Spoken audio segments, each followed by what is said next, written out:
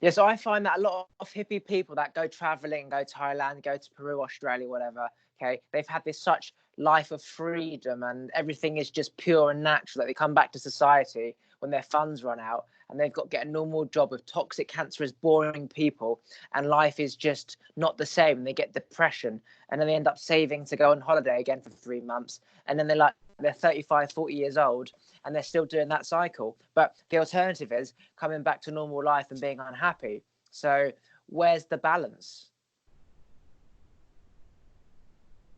The balance, I think, is trying to like get out of your blocked way. So like you just be on holiday in regular life, right? So I'd imagine it would really just be a change of your mindset, really, more than anything else. Yeah, like when people go traveling, they already have a vision in their mind of freedom, what it would be like. Well, that's in your head, of course. So you didn't have to travel across the world to find that freedom. You could find that freedom in your work, for example. So yeah, you don't have to travel to find this freedom. It is in your head. But the reality is that being in a boring, toxic work lifestyle where everyone's just stressed and there's cars everywhere, and pollution and stuff, it will affect you, irrelevant to how strong-minded you are. What do you reckon? No, yeah, totally. I think it's tough, man. Like really to go from one like euphoric, like Zen place to back to normal, back to the daily grind, and like you're seeing the same 9 to 5 people with the same 9 to 5 problems. It's an adjustment that is almost impossible to continue to live with. But you just I think it's like you have things to look forward to. It's like a mixture of having things to look forward to and having things to be grateful for. So like you had those great experiences. Be grateful for those. Count your things that you're grateful for as often as you possibly can. Like, I used to wear, at my job, I used to wear my mala beads on my wrist, and through the day would start counting them, and each bead would represent something I was grateful for. So I would say like, I'm grateful for my mom, my sister, my house, my car. I'm grateful for my brother. I'm grateful for my girlfriend. I'm grateful, like, so it would just be a matter of the things that you continue to be grateful for, kind of, I don't want to say distract you, but make you sort of more in the attitude of vibrating out. Oh yeah. So I used to have a chess piece, and every time used to have it in my pocket, and every time I used to get my car keys out of my pocket or whatever, I'd have this chess piece, and that's essentially the same as a stone, where a gratitude stone, where I'd say I'm grateful for this, and this. Every time I put that chess piece down, I would then say I'm grateful for this, and this. But yeah, it's nice to have like something to look forward to, like this 3-month traveling in Australia. But if you have loads of things in your life that you're already grateful for, like going on walks, seeing your dog, seeing your friend, then you won't need that lifestyle as much of freedom, because you are free at present with doing things that you like to do. Yeah, it's not on the beach in Australia, but you are happy doing stuff in that moment where you don't depend on this big adventure of freedom. So yeah, you're right. It just comes down to being grateful for the things you already have. Yeah. So I did check out some of your other conversations, and I did see some stuff in regard to Bob Proctor and The Secret and all that stuff, and I kind of wanted to get in your head about what impact it's had on your life, and where you started practicing it, and like how. So I had Tourette's growing up from when I was 13 to like 20 years old. I was on medication for Tourette's, which is like the twitching and the swearing and shit. And that I worked out was just simply lots of brain activity, which creates stimulation in the face muscles. And then the swearing is the frustration of like, fuck, shit, you can't work stuff out. So I came off the medication at the same time I was aware of the law of attraction, Bob Proctor, The Secret. So I came off the medication. I was aware to all this stuff that I'd always been thinking about in my head my whole life, hence why the twitching was there, because it was about too much brain activity. Tablets slowed the brain down, and my thoughts just never ended up being fulfilled. I never worked out all the stuff I wanted to work out, like 10 years later. So came off the meds that allowed me to have like my engine back. And I learned from Bob Proctor about paradigm shifts and all that stuff. And I started to take action to the things that he was saying. And I just literally I just shifted paradigms. I went from like black and white to color. And I entered this world of consciousness and awareness. And I understood why there's problems, why there's medicines, why people always have depression when they're on medication, because the medication keeps you in that pattern. And unless you naturally solve that issue in the first place while you're there, medication is just like a temporary solution, and people will never actually fix the problem. And obviously my medication was a solution to the problem, but the problem was thoughts. And obviously Bob Proctor is all about thoughts and manifestation and stuff. So a mixture of the two ended up freeing my mind, where I lost my Tourette's as bad as I had it. And I was in a meditative state where there was just no brain activity. And I blink a lot now because I'm very active in the brain when I'm speaking quickly like this. But how I used to be was just like, it was just like crazy because I was just living in my head. I have two friends with Tourette's. The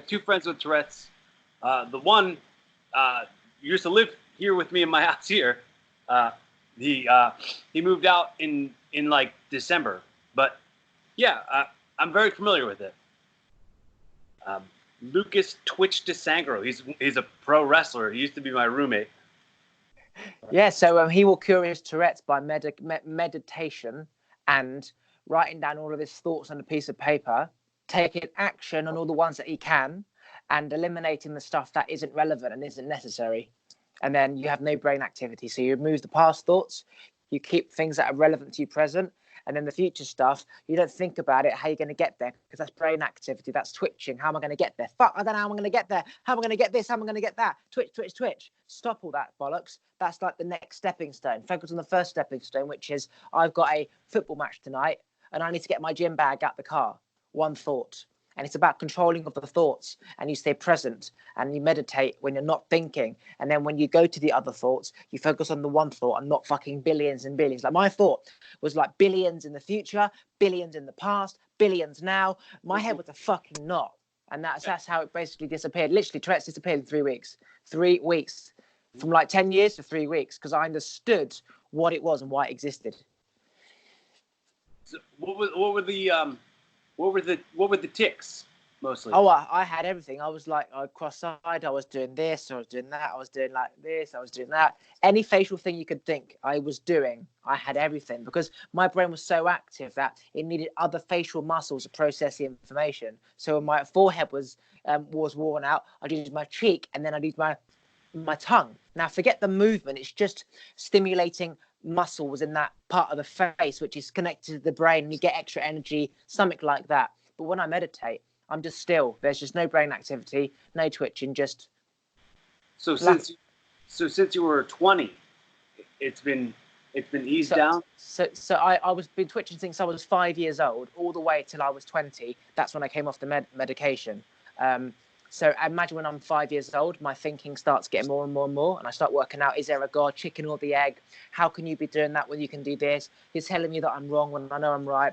There must be aliens, and you spend your life in your head questioning outside the mainstream of what we're taught in school.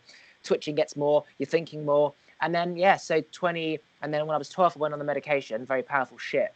It suppresses the brain activity, so the twitches stop. So in terms of the doctor, medication works. His switches have reduced. Medication works. Well, no, because you have to understand that those thoughts are still there, and I just haven't worked them out yet. So like 10 years later, all those thoughts are still there.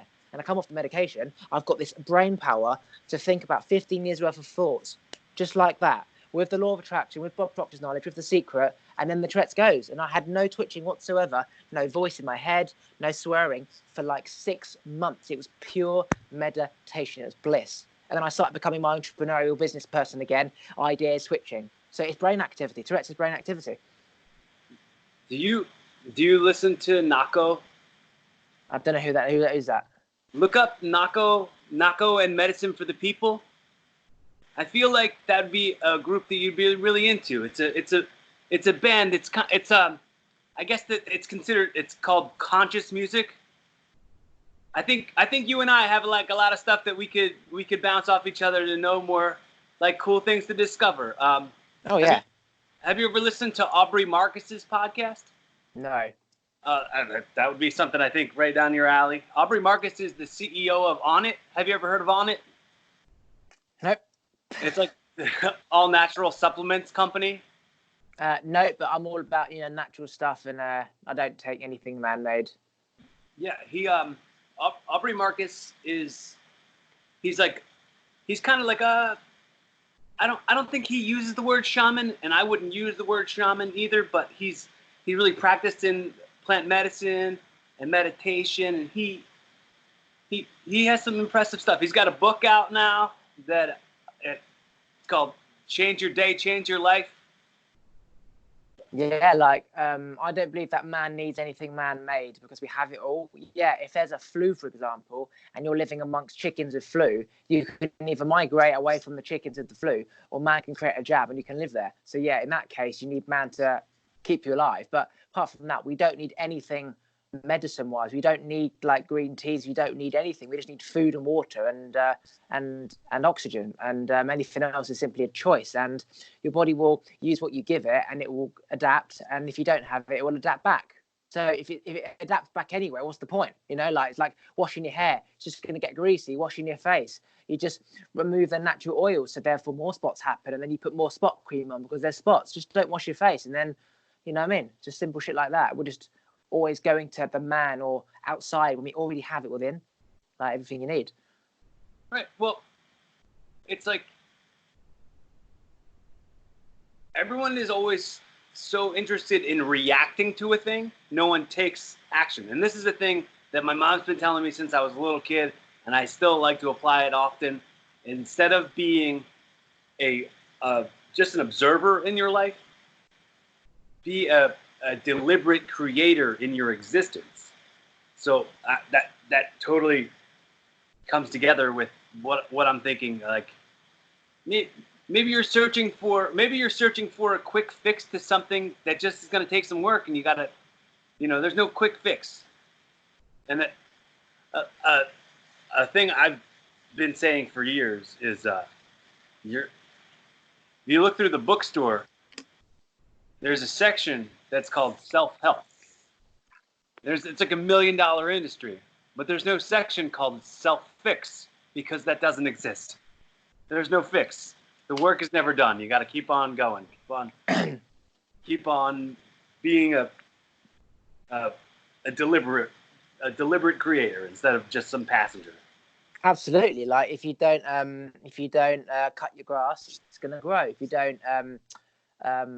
If you don't wash your windows, they're going to get dirty. And if you don't, wash your car, it's going to get mold on. Everything is about maintaining and evolving and adapting. Nothing stays the same. If you don't weed your garden, you're going to have a bloody forest of weeds. So yeah, you're helping yourself evolve, but there's no fix, like a permanent fix where once you've cured the Tourette's, it's going to disappear forever. Because when you understand why you had it in the first place, I was an entrepreneur full of ideas. Unless I just meditate like a monk forever in the forest, or just work for some boss who just tells me what to do, there's no brain activity, so there's no twitching. But if I go back to where I was, entrepreneurial, twitching, whatever, I'm going to twitch sometimes. So it's help, not a fix, because otherwise I might as well just not ever be my entrepreneurial self again, because So yeah, you're right. You create obstacles that don't need to be there. Yeah. You mean like people in general? Yeah, like not you specifically. I'm talking about in general. Yeah. Yeah. Universal you. Yeah, like we put a cone up in front of us so we can find a way to remove it. Like I've watched dogs, they drop the ball in water and then they pour the water so the ball comes to them, and then when the ball comes, they throw it in the water again, and they keep doing that. It's like you keep burying your bone just so the dog can find it. So I realized that we create our own problems so we can find solutions for them. So we get fulfillment out of finding a solution, or it becomes something that we can spend our time doing so we're not bored. But yeah, we purposely do things just so we have something to do. And life will be peaceful without it. You know what I mean?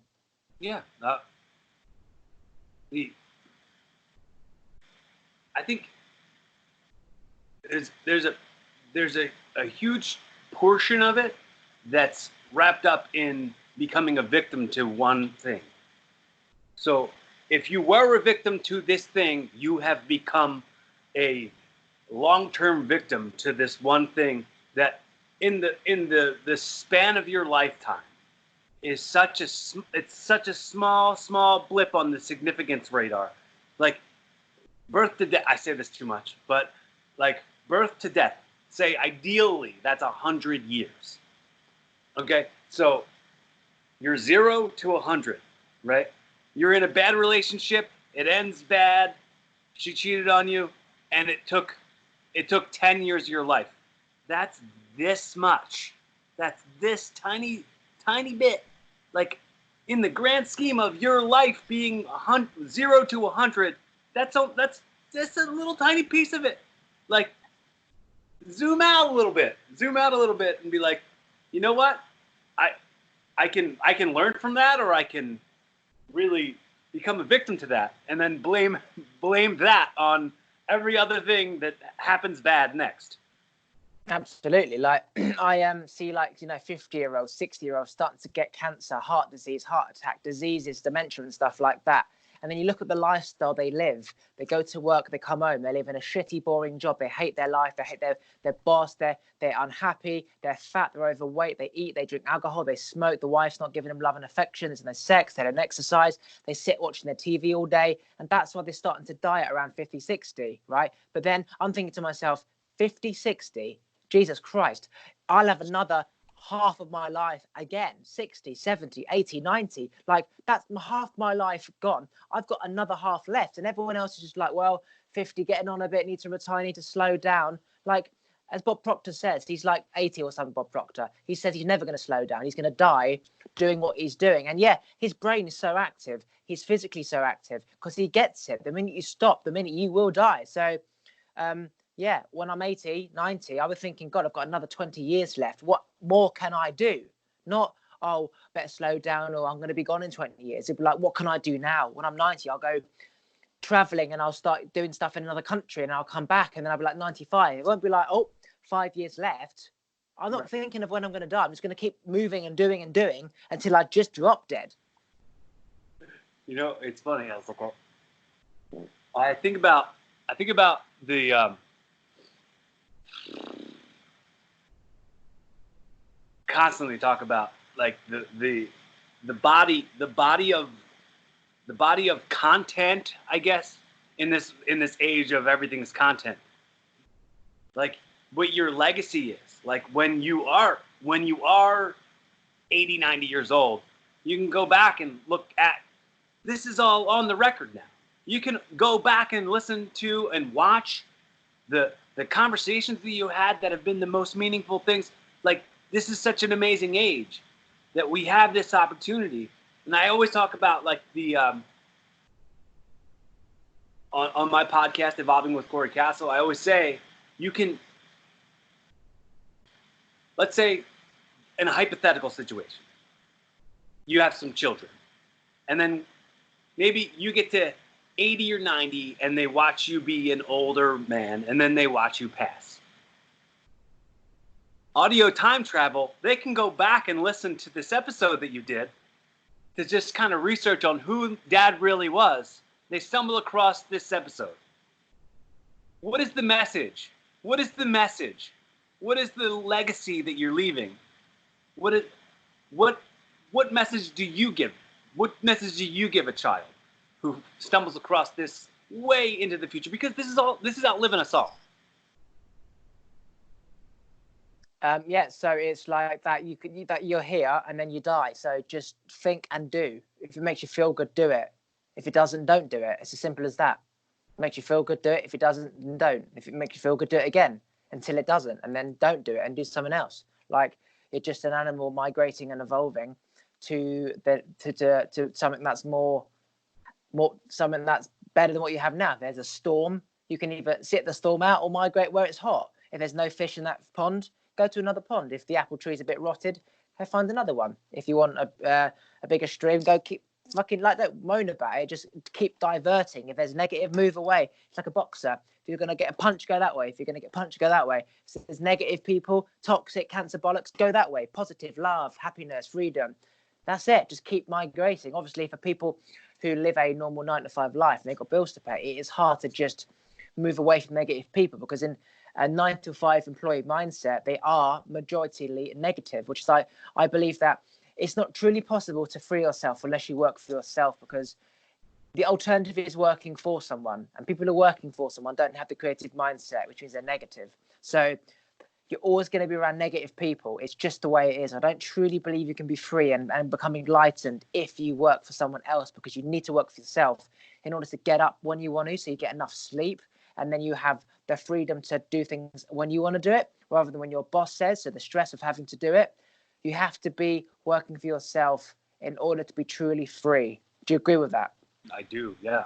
I mean, I'm just now doing that. I've been working for somebody else for most of my life. I mean, and right now is like the only time where I'm making a living on my own, doing my own thing, and I'm the most free I've ever been. I'm like the happiest version of myself that I've ever been.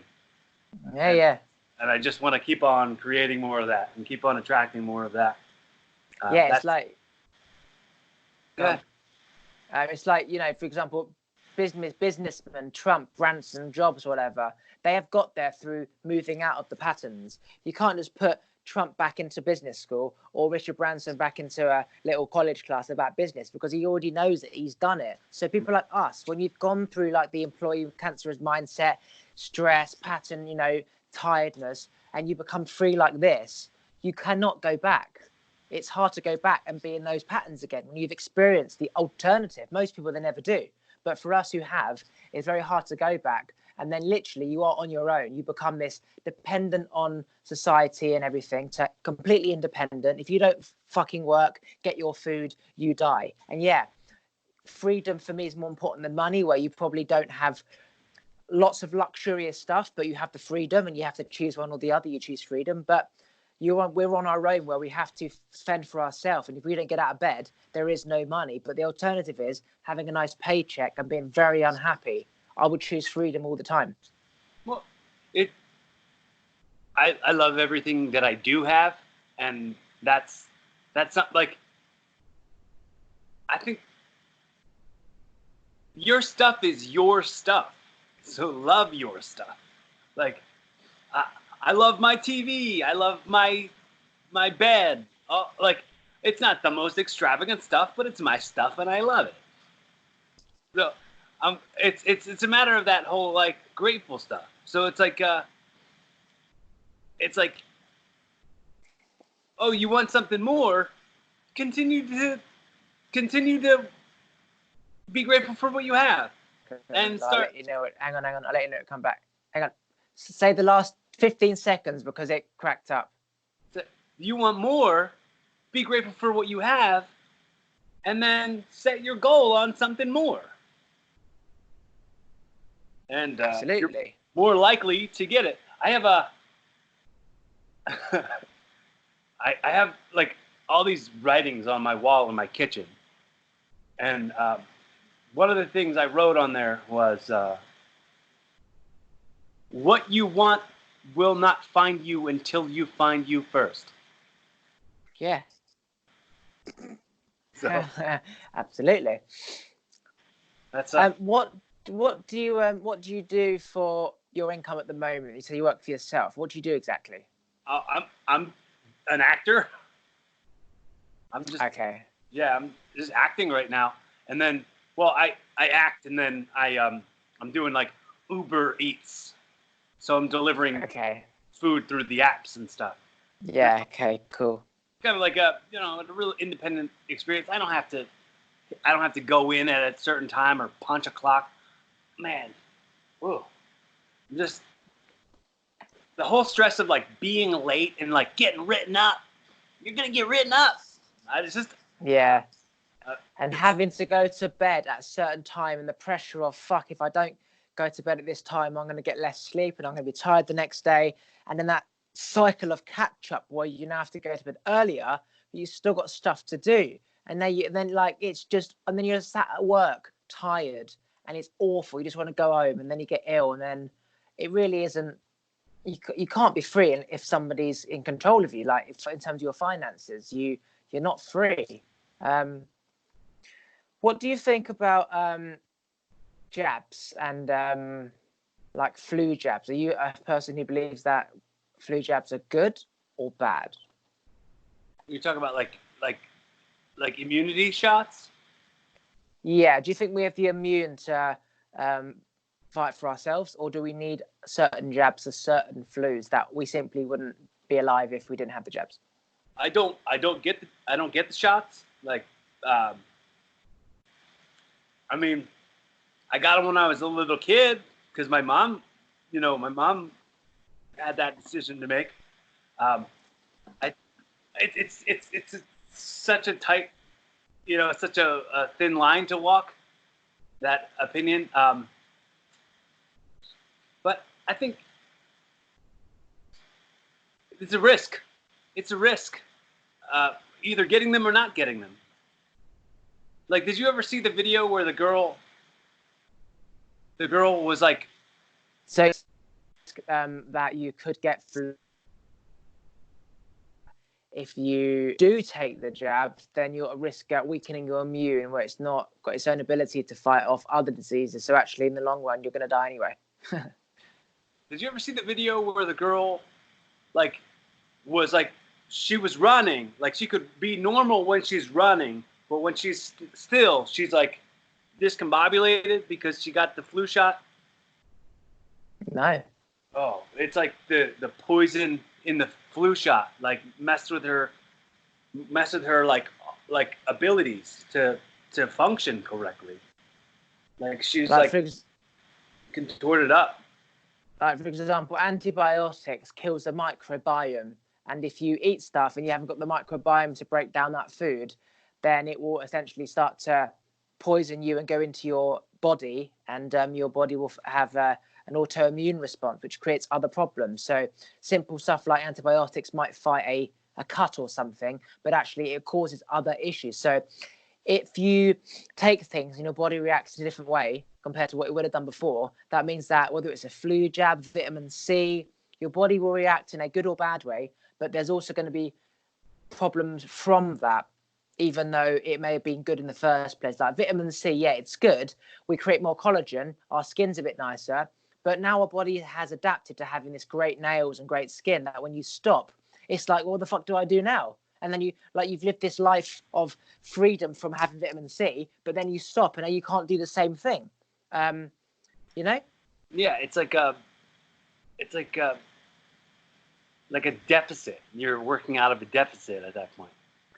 Yeah, it's like on cocaine, you've got all this energy to do stuff, and then you have a low come down, and now you're bedbound. So it's like, well, I could have just stayed the same at the same energy level, but I've had this high, I've lifted this car, and now I can't even lift my own fucking t-shirt up.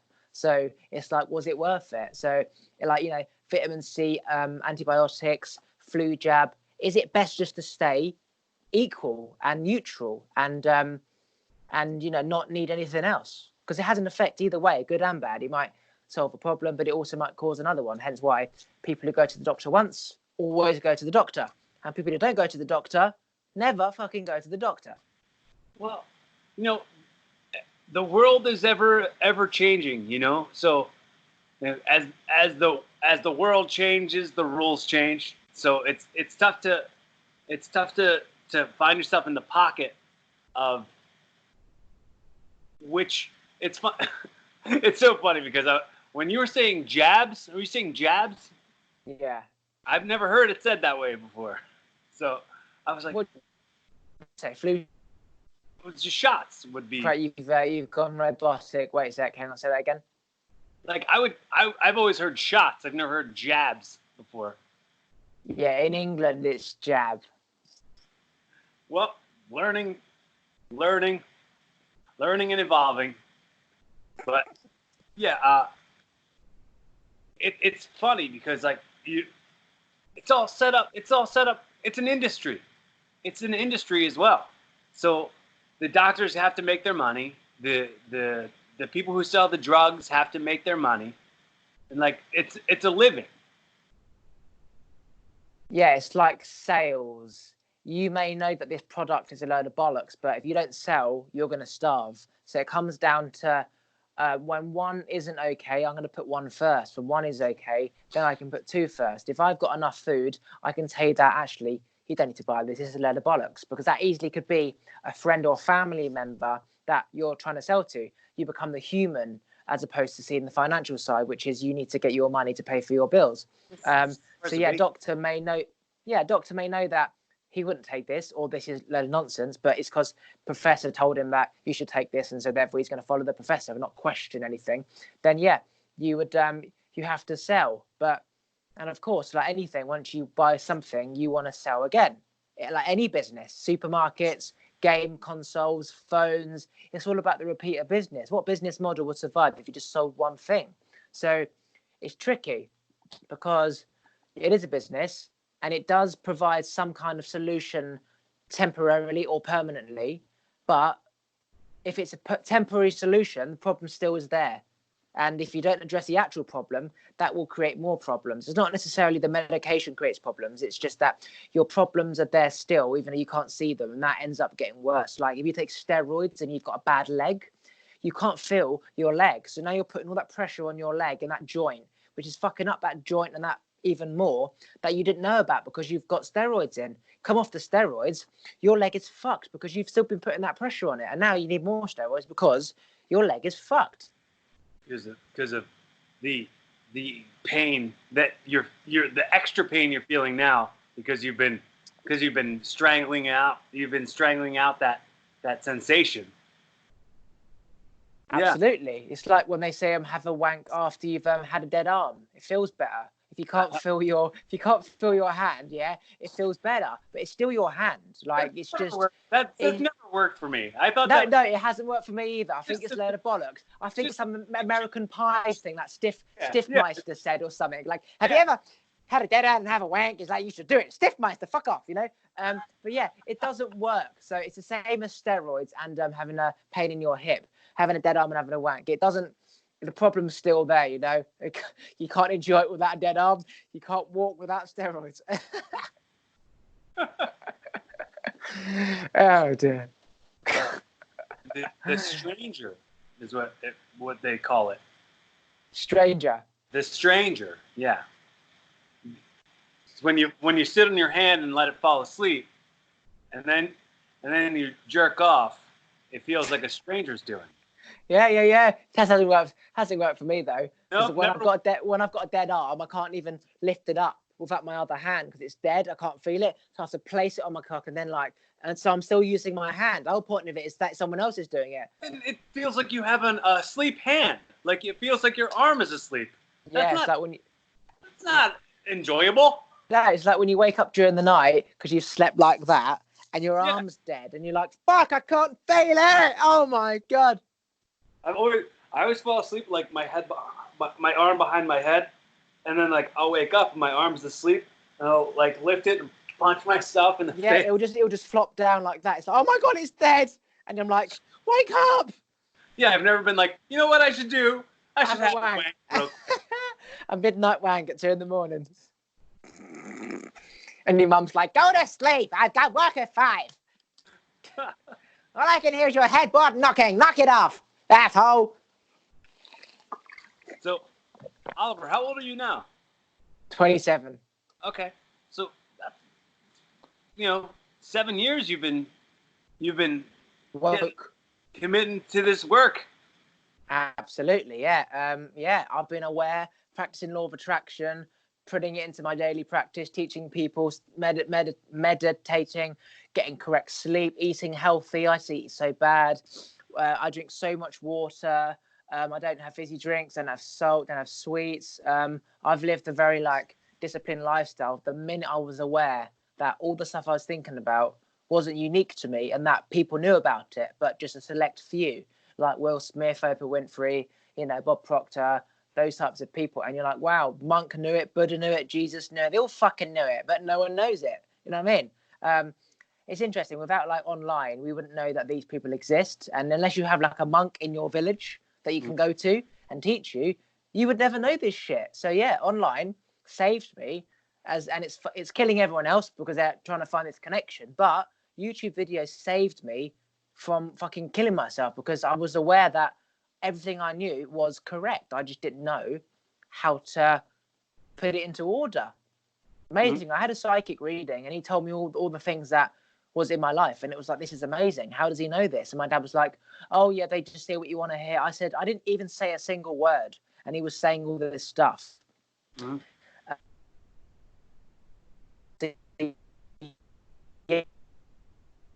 Like a walkie-talkie. I'm sorry, I missed the last thing you said. I'm saying that when the psychic picked up my thoughts, it made me aware that we can tune into thoughts like a walkie-talkie. And whether it's him or you or anyone, the more in tune you are, the higher your vibration, the more you can tune into others, people's feelings and thoughts. And then everything changed from there.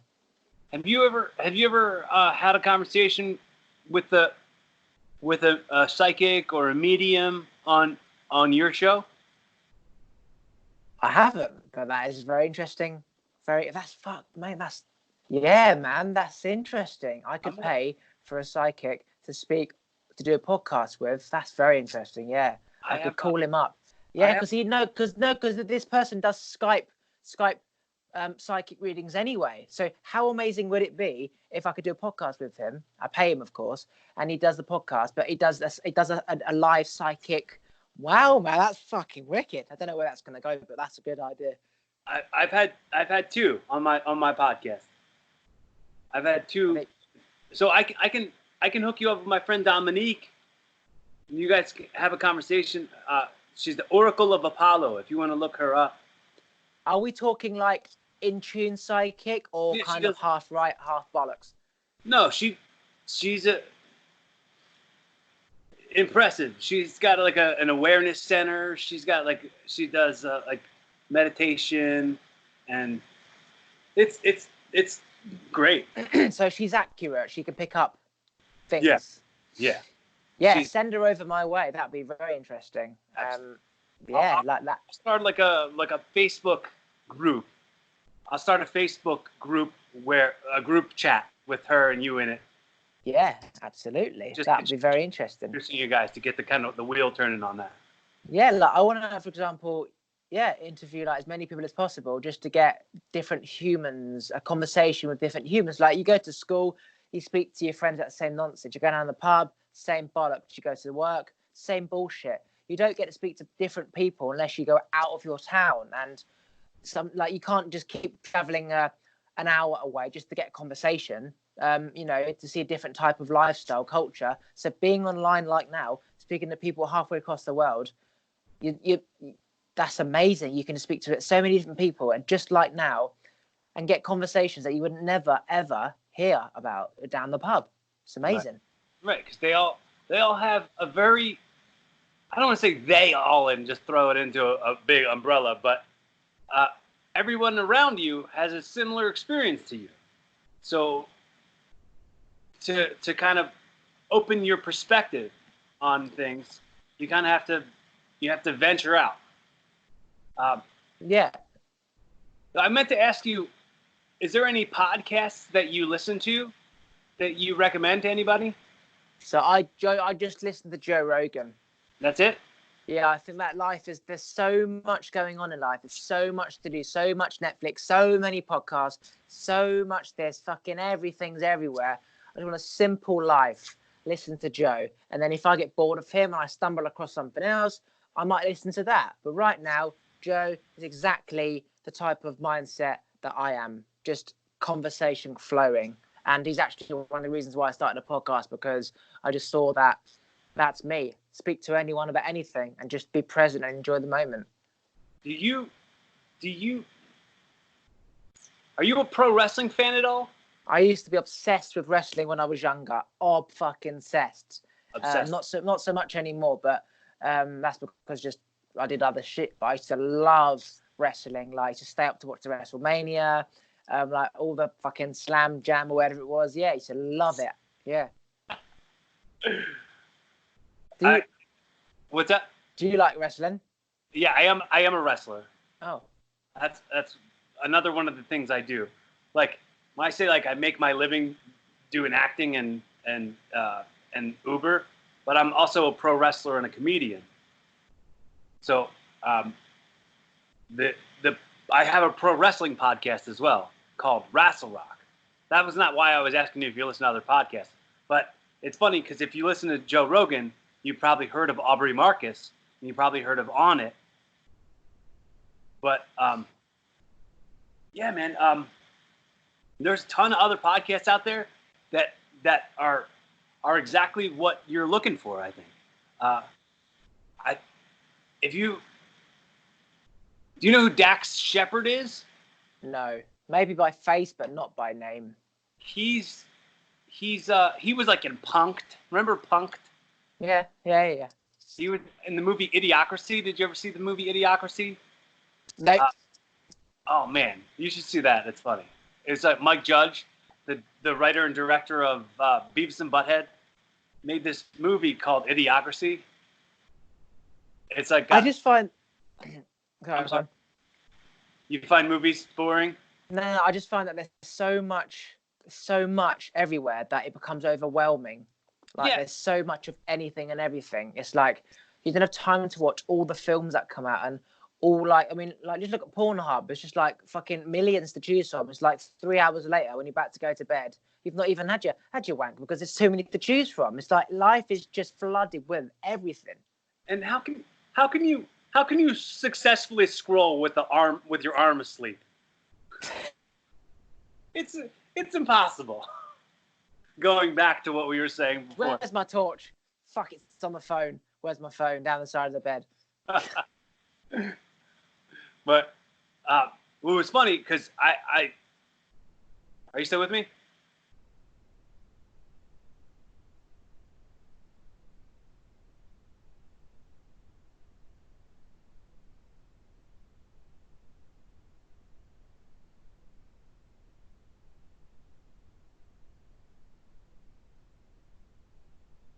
Because it won't be. Hello, can you hear me? Hello.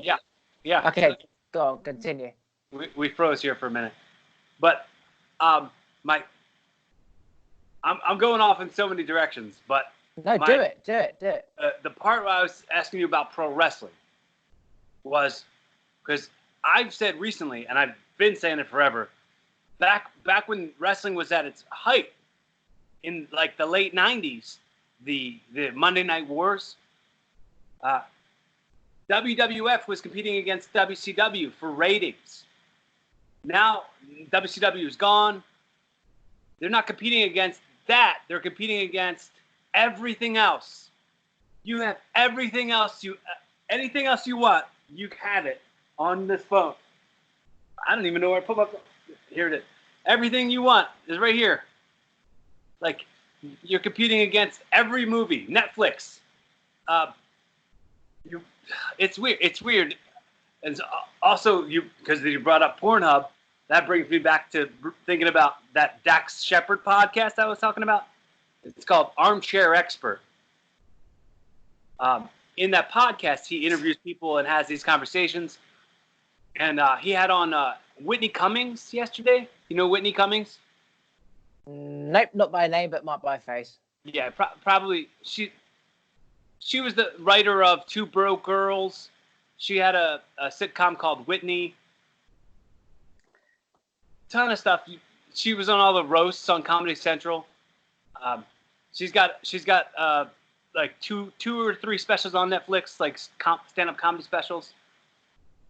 But interesting. So your friend had a podcast with this person. Oh, not my friend. I don't know. He's my dream friend.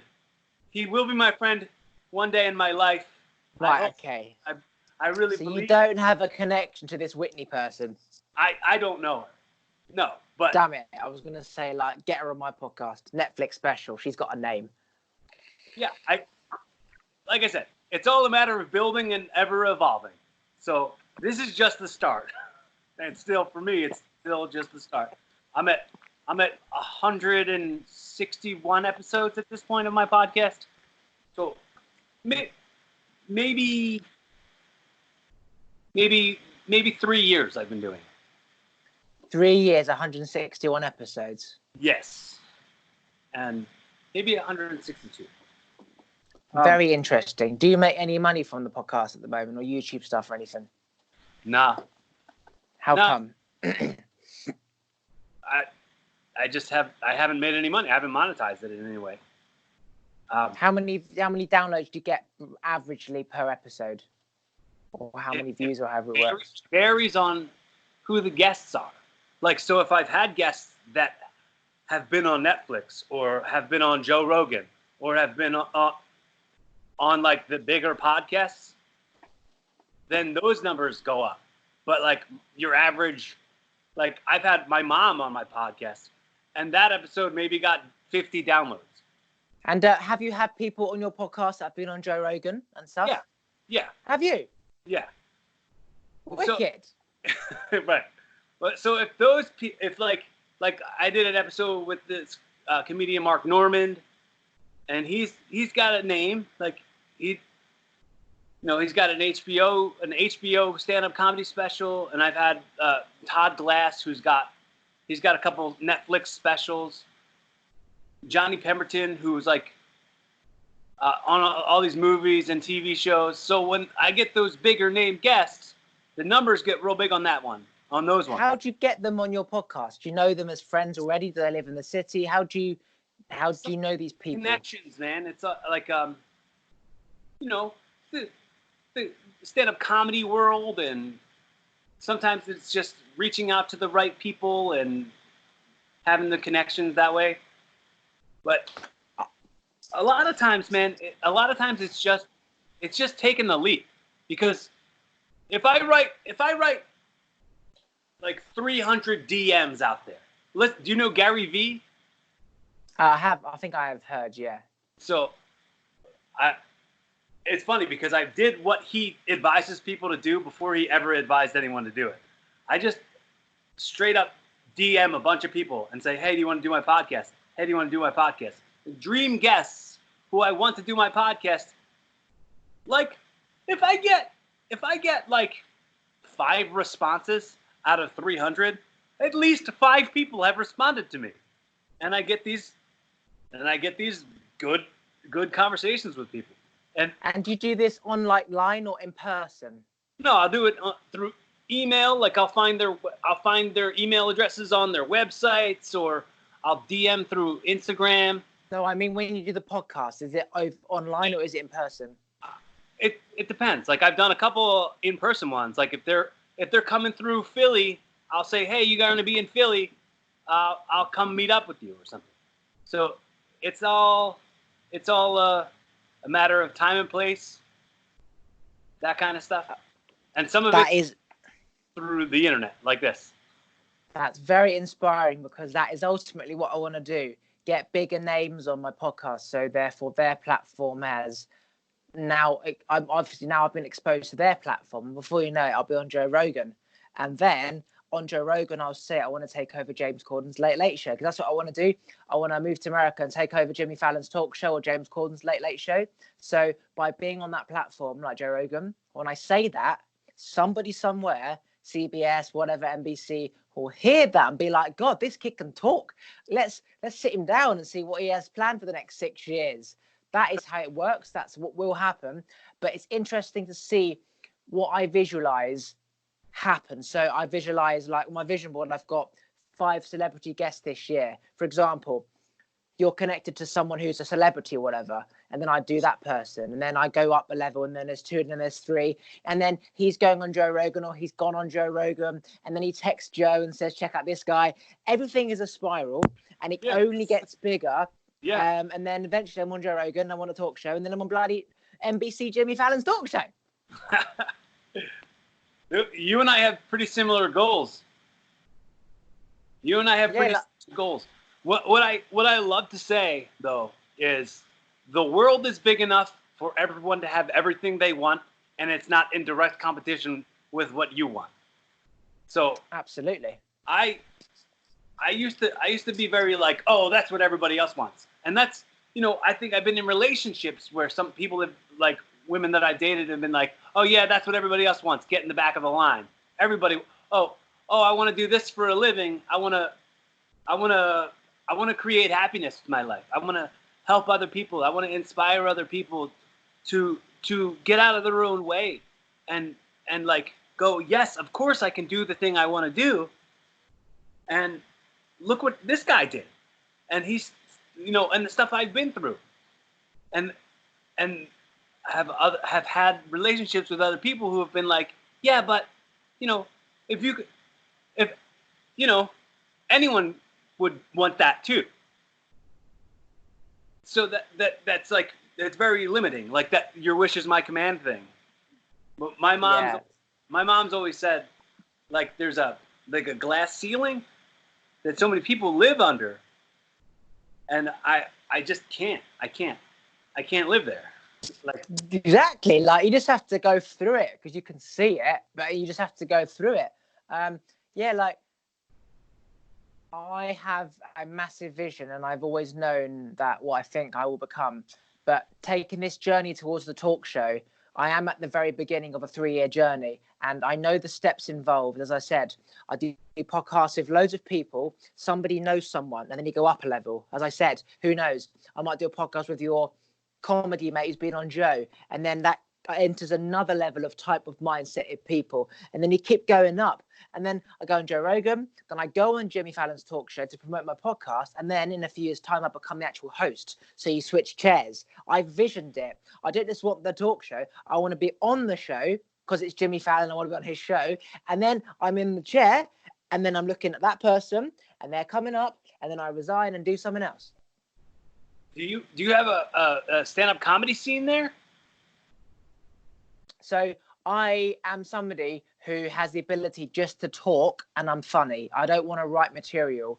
I don't believe in trying to be funny. I believe that you either naturally are funny or you're not. And of course, if you're speaking for like hours, some people may feel like, okay, how am I going to find material for an hour? Like, I can't even do 10 minutes. I'm fortunate enough that just by how I explain things and how I talk, I'm funny, and I trust myself to just like we're doing now, keep talking bollocks, and it's funny.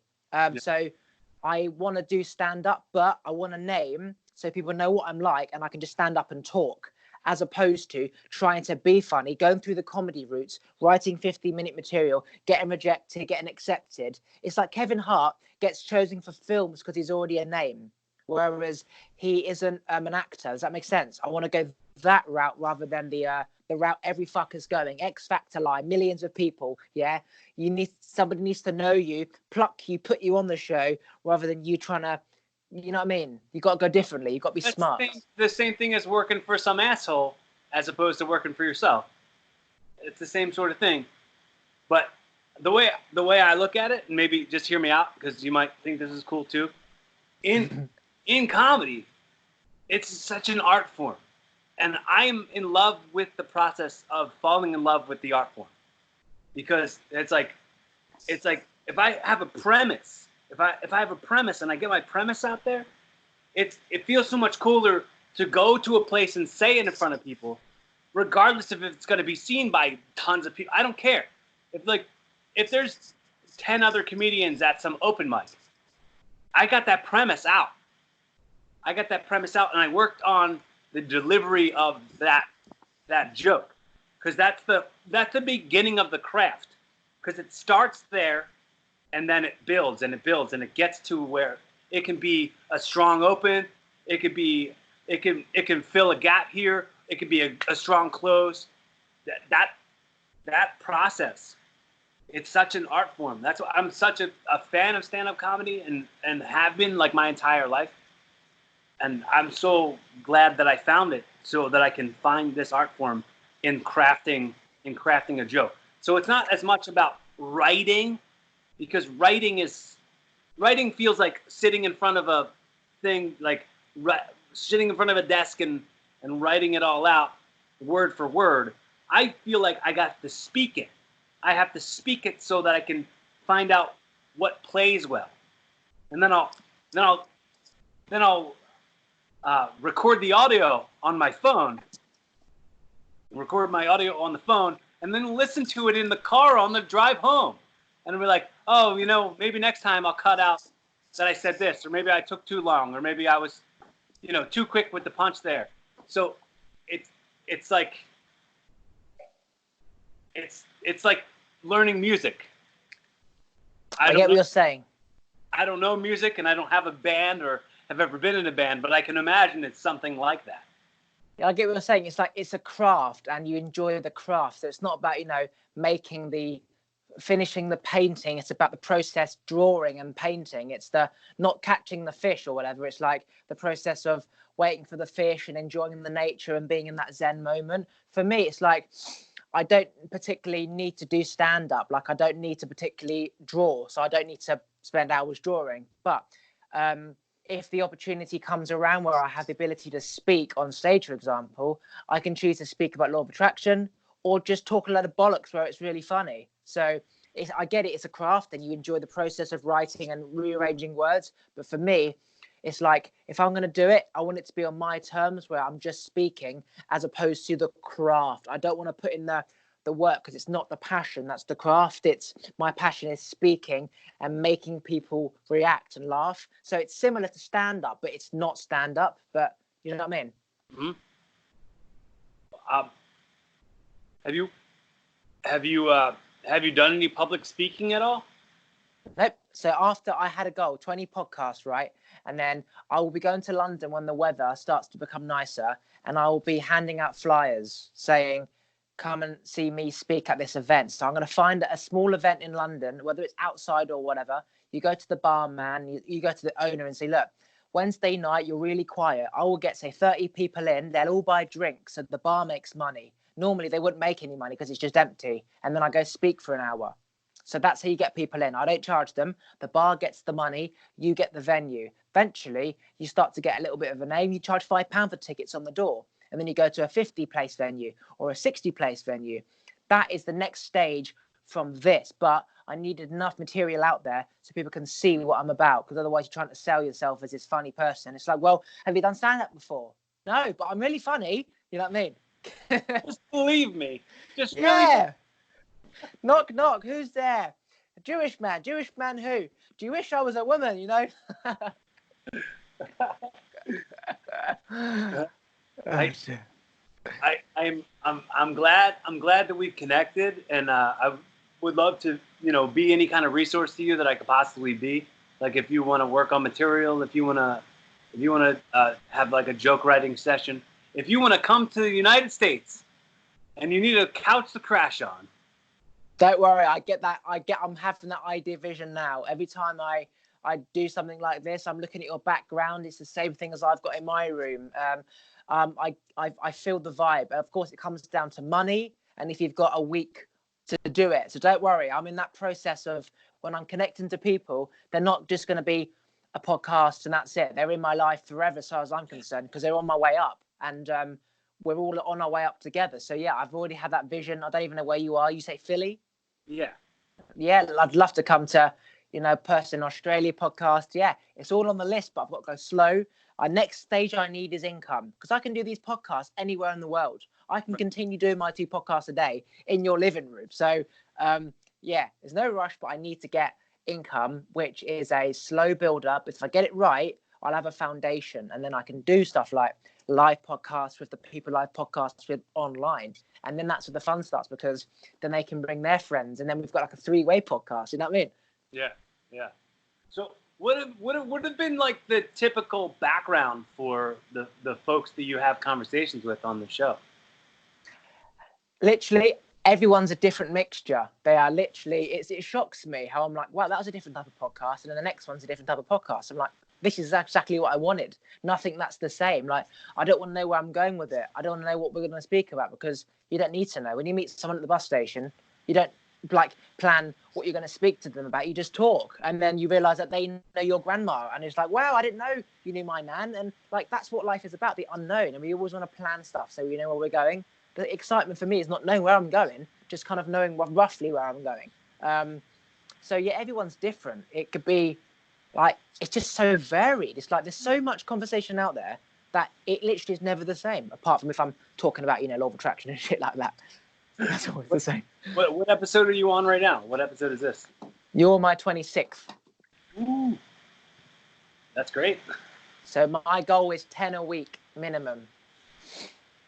That's a quick way to get a lot of episodes out there. Yeah, I need to get going. I've got 3 years to take over the talk show. I need to get a name this year, and then I need to be on bigger platforms with bigger viewings. I need to get I know where I'm going. I need to turbocharge, and I want to be living in America ASAP. And like, I need to be there, but right now I need to start in England. I applied for The Apprentice in England, and I wanted to win the show. Alan Sugar, the person Trump would invest in the events company, so he would pay for the £25,000 arena, and I would speak, and I'd make the money through the tickets. And then I was going to go to America, but I didn't get on the show, so I had to start all over again. And I thought maybe I should make it in England first, then go to America, rather than going to America, because I've already made it in my head, but they don't know who the fuck you are. So I've got to start from zero.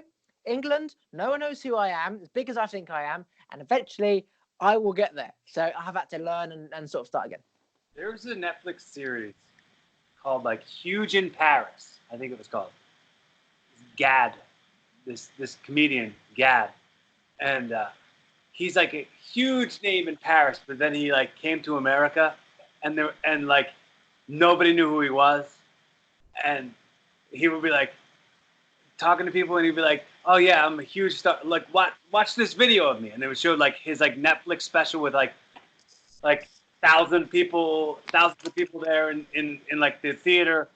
And he was like, "See, I'm a big deal." And they'd be like, "Yeah, but it's not America, so it doesn't count."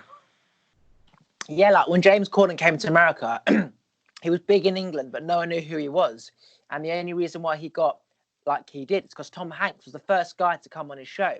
Once Tom Hanks came on, the whole of Hollywood comes knocking. So no one knew who James was. No one knows who I am. So that means that I have equally the same chance of getting my talk show if he was no one and all he knew was the connections. Obviously, he needs to be able to act, talk, present, dance, whatever, like I can do. So as long as you've got the skill, all you need is the drive and the connections, because he was no one in America. So that doesn't rule me out, even if I do get a name beforehand. Right. It's funny, man. It's funny that I didn't know that thing about Tom Hanks, but I had my friend Chip Chantry. He's a comedian. Did my podcast like early on when I was still recording in a studio, and he was like, he's like, it's a shame that the audio quality keeps cutting out, because like it's amazing. The episode right before me was Tom Hanks. What a nice guy. Like we just riffed, we yes-anded each other, and we just talked about how Tom Hanks came into the studio and hung out with us. But it was all made up, yeah? It was all made up, yeah. But I actually had just like did extra work on a movie that Tom Hanks was on. And it was like, yeah, we just met on The Post. And then, we just came. He was like, yeah, I'll do your podcast. I love podcasts.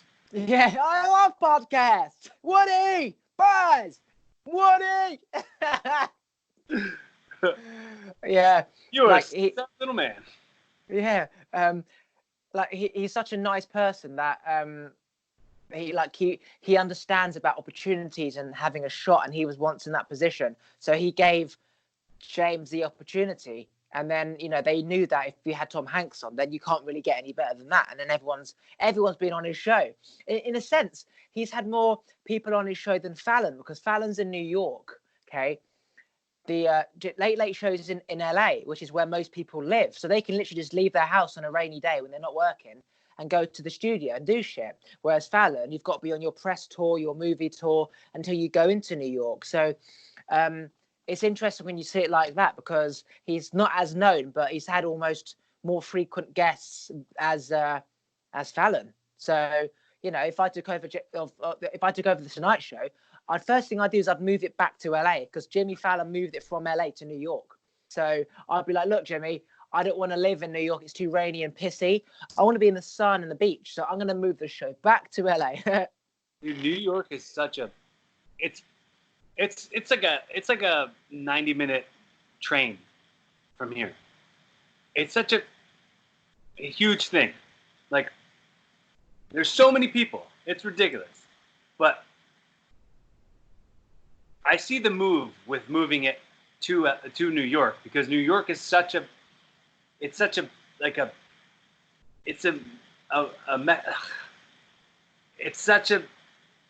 breathing entity, you know? Yeah, I couldn't live in New York because it's just like London. It's just cars, people. Where's the fucking tree? Where's the nearest tree? Nearest tree is about 3 hours away. Like, I need to be like LA with the sun and the nature and the mountains so I can go walks, the beach, you just feel freer. Like, obviously it's very materialistic, but that's just that's materialistic, and the houses. Apart from that, you got a lot of like natural, and you feel connected, you know, because you're next to the ocean. But New York, you're like, it's all crammed in. There's a lot of traffic in both places. Yeah, depends if you live in the mountains. There's just traffic everywhere in both LA and New York. Like, I've been to both places, and driving's a bitch. Like, you can't get anywhere. But you know, if you're patient, you can do it. You can take an Uber. That's the thing. Like, you get an electric scooter and you get the train, so you don't have to wait in the traffic. You just get on the train with the scooter, get off, and scooter 10 minutes to your house, and then you get back on the train and 10 minutes back home. Like, that's the new modern way. It just is. Like, people can't necessarily walk to the train station, so you get the scooter, and then before you know it, you're there. And then, yeah, it's just like all these are segways and shit. I don't know if you can bring a Segway on a train. No, maybe that's a bit too big, but the little tiny ones that, you know, the little like small ones that people use, that you can do that. But yeah, these big no, it'd be like nowhere to sit.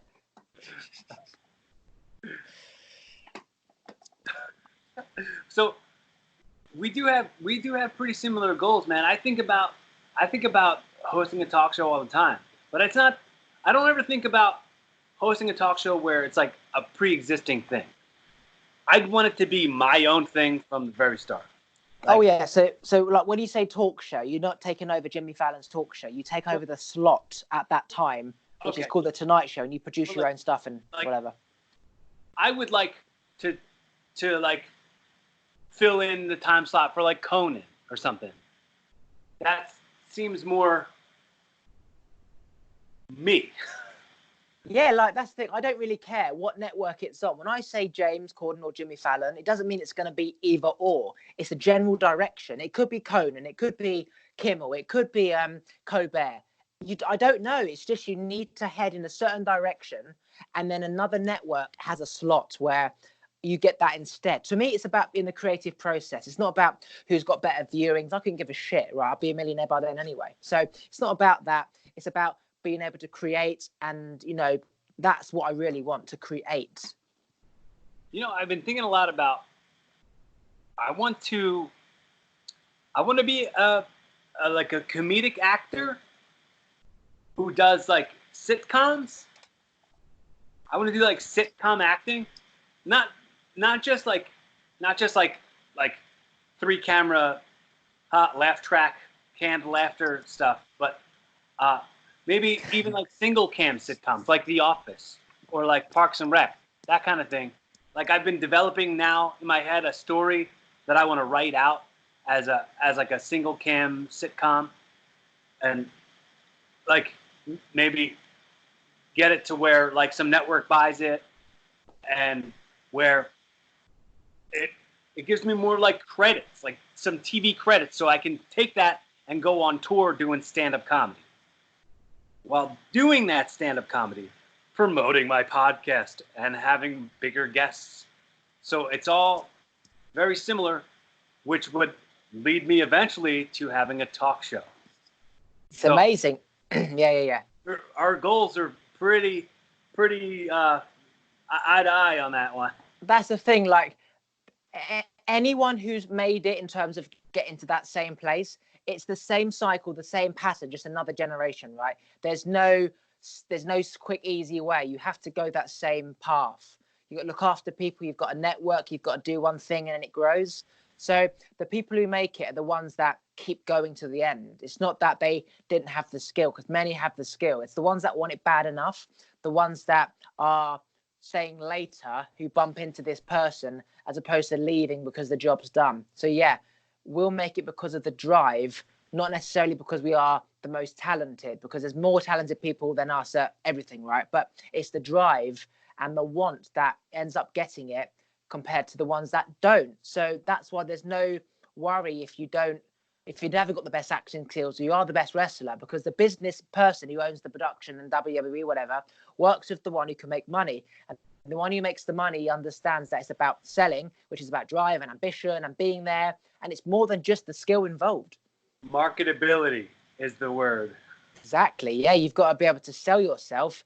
If you're a boring old fuck and you can like sing really well, no one gives a shit about your voice. What else do you bring to the table, you boring old fuck? Yeah, say something. Make me laugh. Be interesting. Yeah, so like Jamie Foxx has said many times on talk shows, well, he used to have parties for Diddy, Kanye, Jay-Z, Pharrell before they made it, and obviously now Kanye, Pharrell, Diddy, Pharrell, they all made it. But at that party, there was like those 5 guys, but also loads of other people that never made it. So as we are doing what we're doing now, the comedians that some will just fade off and they know they don't make it. And then you're left with like 5, for example, you, me, and a few others that and we make it. So, we speak about on the same journey, same talk show, whatever. I might get it, you might get it, I might not get it, you might not get it, I might get it, you might get it. We don't know. But you see in time who stands that storm of knockbacks and, failure. And then you're left with like, you've got the Conan part, or you've got the Conan slot, and I've got the Fallon slot. Like that, it's just like, it's amazing when you look at other people's stories and you reflect on theirs and how they got there and where they were and other people. And we're all it's all the same pattern, but a different person, same shit, different day. And it's fascinating how I know that I'm going to get to where I'm going to be. I don't know who's going to be there and who isn't. I don't know, but it's going to be fascinating when I am there to be like, do you remember we had this conversation about how, I wanted the talk show and you wanted the talk show and I was going to get, Not only do we have the ability to go remember that, we can go back and listen to it at the moment that it happened. Like we can go back and watch it as it happened. And it's all in this little time capsule now. This all exists on the record. So it's funny because this is the moment where I can tell you that I'm very glad that we're having this moment, so that in 10 years we can watch this moment back and we can say, hey, here it is. It's almost like holding yourself accountable. It's almost like you've written in writing that you're going to do this and now you've got to stick to it. Like you signed a contract. So this is about me, like signing a contract with the universe that if I'm saying I'm going to do it, there's no way in hell that in 5 years' time, I'm going to be like in an office and then someone's like, hey, I saw your videos. What are you doing? Oh, I'm stacking shelves. Oh, that was a shame. So this is about holding myself accountable. And I'm well aware that you have to speak the future as if it's present. So right now, I'm speaking on the camera that, when magicians, they do their thing about how, magicians, they speak about what's going to happen before it happens. Like David Blaine, Darren Brown, when they do a show, they say, this is going to happen, this is going to happen. But they're saying it before it's happened. So they can go back and they say, when I said about that donkey in that car, what number was on there? Number 8. What number do we have here? Number 8. And when you came in and I said, good evening, everyone. Welcome to Vegas. And he didn't say Vegas. He said a different word, which puts in your mind a certain word. And he goes back in time and says, I've already said this was going to happen. So for me, this is the same thing. I'm doing this thing like a talk show interview. You're the guest. I'm here. The screen's over there. The audience is there. I'm speaking like this about the talk show as if I am on the talk show talking back about what I was going to do. And this is me present, but also the future, because it's the same damn thing, But this is the way this is the way I've crafted my wrestling matches for the last 18 years, and this is how I'm crafting jokes. Like, I have a premise. I know where I want the funny to be. I know what things I want the audience to think it's going. Like, if I'm calling a match, I go, all right, we're going to tease this now so that when we get to it, they'll pop huge for it. It's very similar in this is kind of like Babe Ruth calling his home run kind of thing. I would look at it more like it's something that I take a lot of pride in. Have you ever heard of Napoleon Hill? Absolutely. So Napoleon Hill he said he was a great wrestler, wasn't he? Yes, he was the champion. He was the champion. Napoleon Hill, in Think and Grow Rich, he says, tell the world what you're going to do, but show them first. So a lot of people probably go, I want to do this, I want to do this, I want to do this, I want to do this, I want to do this, but. So their butts get right in their way of all the things they want to do. So they're going to keep saying what they want to do, but not ever taking action towards what they're actually going to do. What you're doing, which I respect immensely, is you're setting in place, and you made this goal for yourself before you ever like told the world I'm taking over late night. Like you're doing it. You're doing it already without actually being there, without even being in the country. Yeah, like in my mindset, I know where I'm going. I know the path. I know like the big stones in between, like the marks I have to hit. I don't know the small bits. Like I don't know the small bits how I'm going to get there, but I know the main stepping stones I have to get to. So in my head, for example, I'm running along a wall with a tennis racket and I'm hitting the tennis ball. Tennis ball's going there. It's bouncing off here. I'm running there. I'm hitting it. It's going over there, and I'm running forward when it bounces off and goes there. So I'm putting out something and I'm doing it. So I'm putting it out. Ball's going to go there. I need to move. So it's like I'm doing this video to do another video to do another video. Eventually, I will connect with someone who knows somebody on a bigger level. For example, your comedy mate who's done Joe Rogan. Then I do that, which is essentially me hitting the ball and keep moving forward. Eventually, that ball becomes a football. And then I'm hitting a bigger football, right?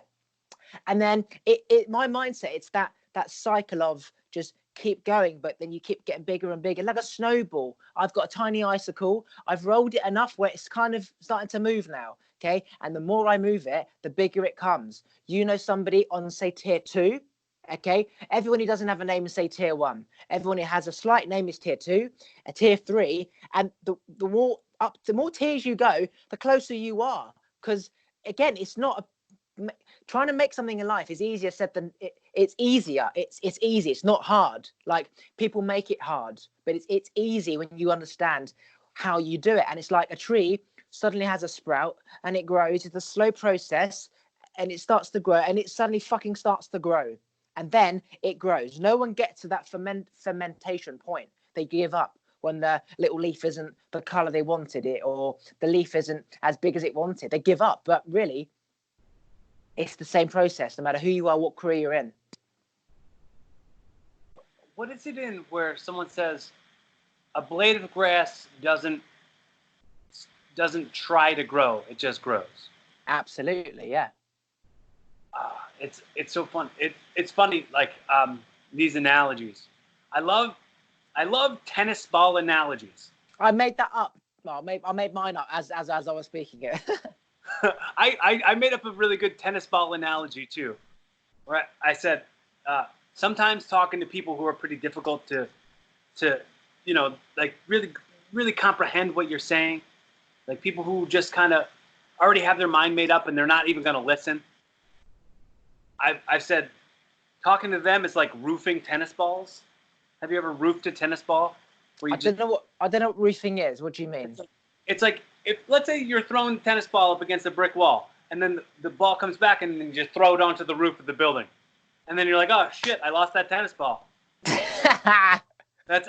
Talking to people who are difficult is like roofing tennis balls, and it's like, look, there's only 3 tennis balls in this can.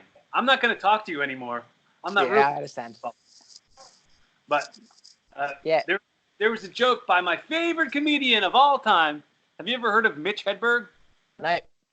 Oh my God, Mitch Hedberg. Look up Mitch Hedberg. He's so funny.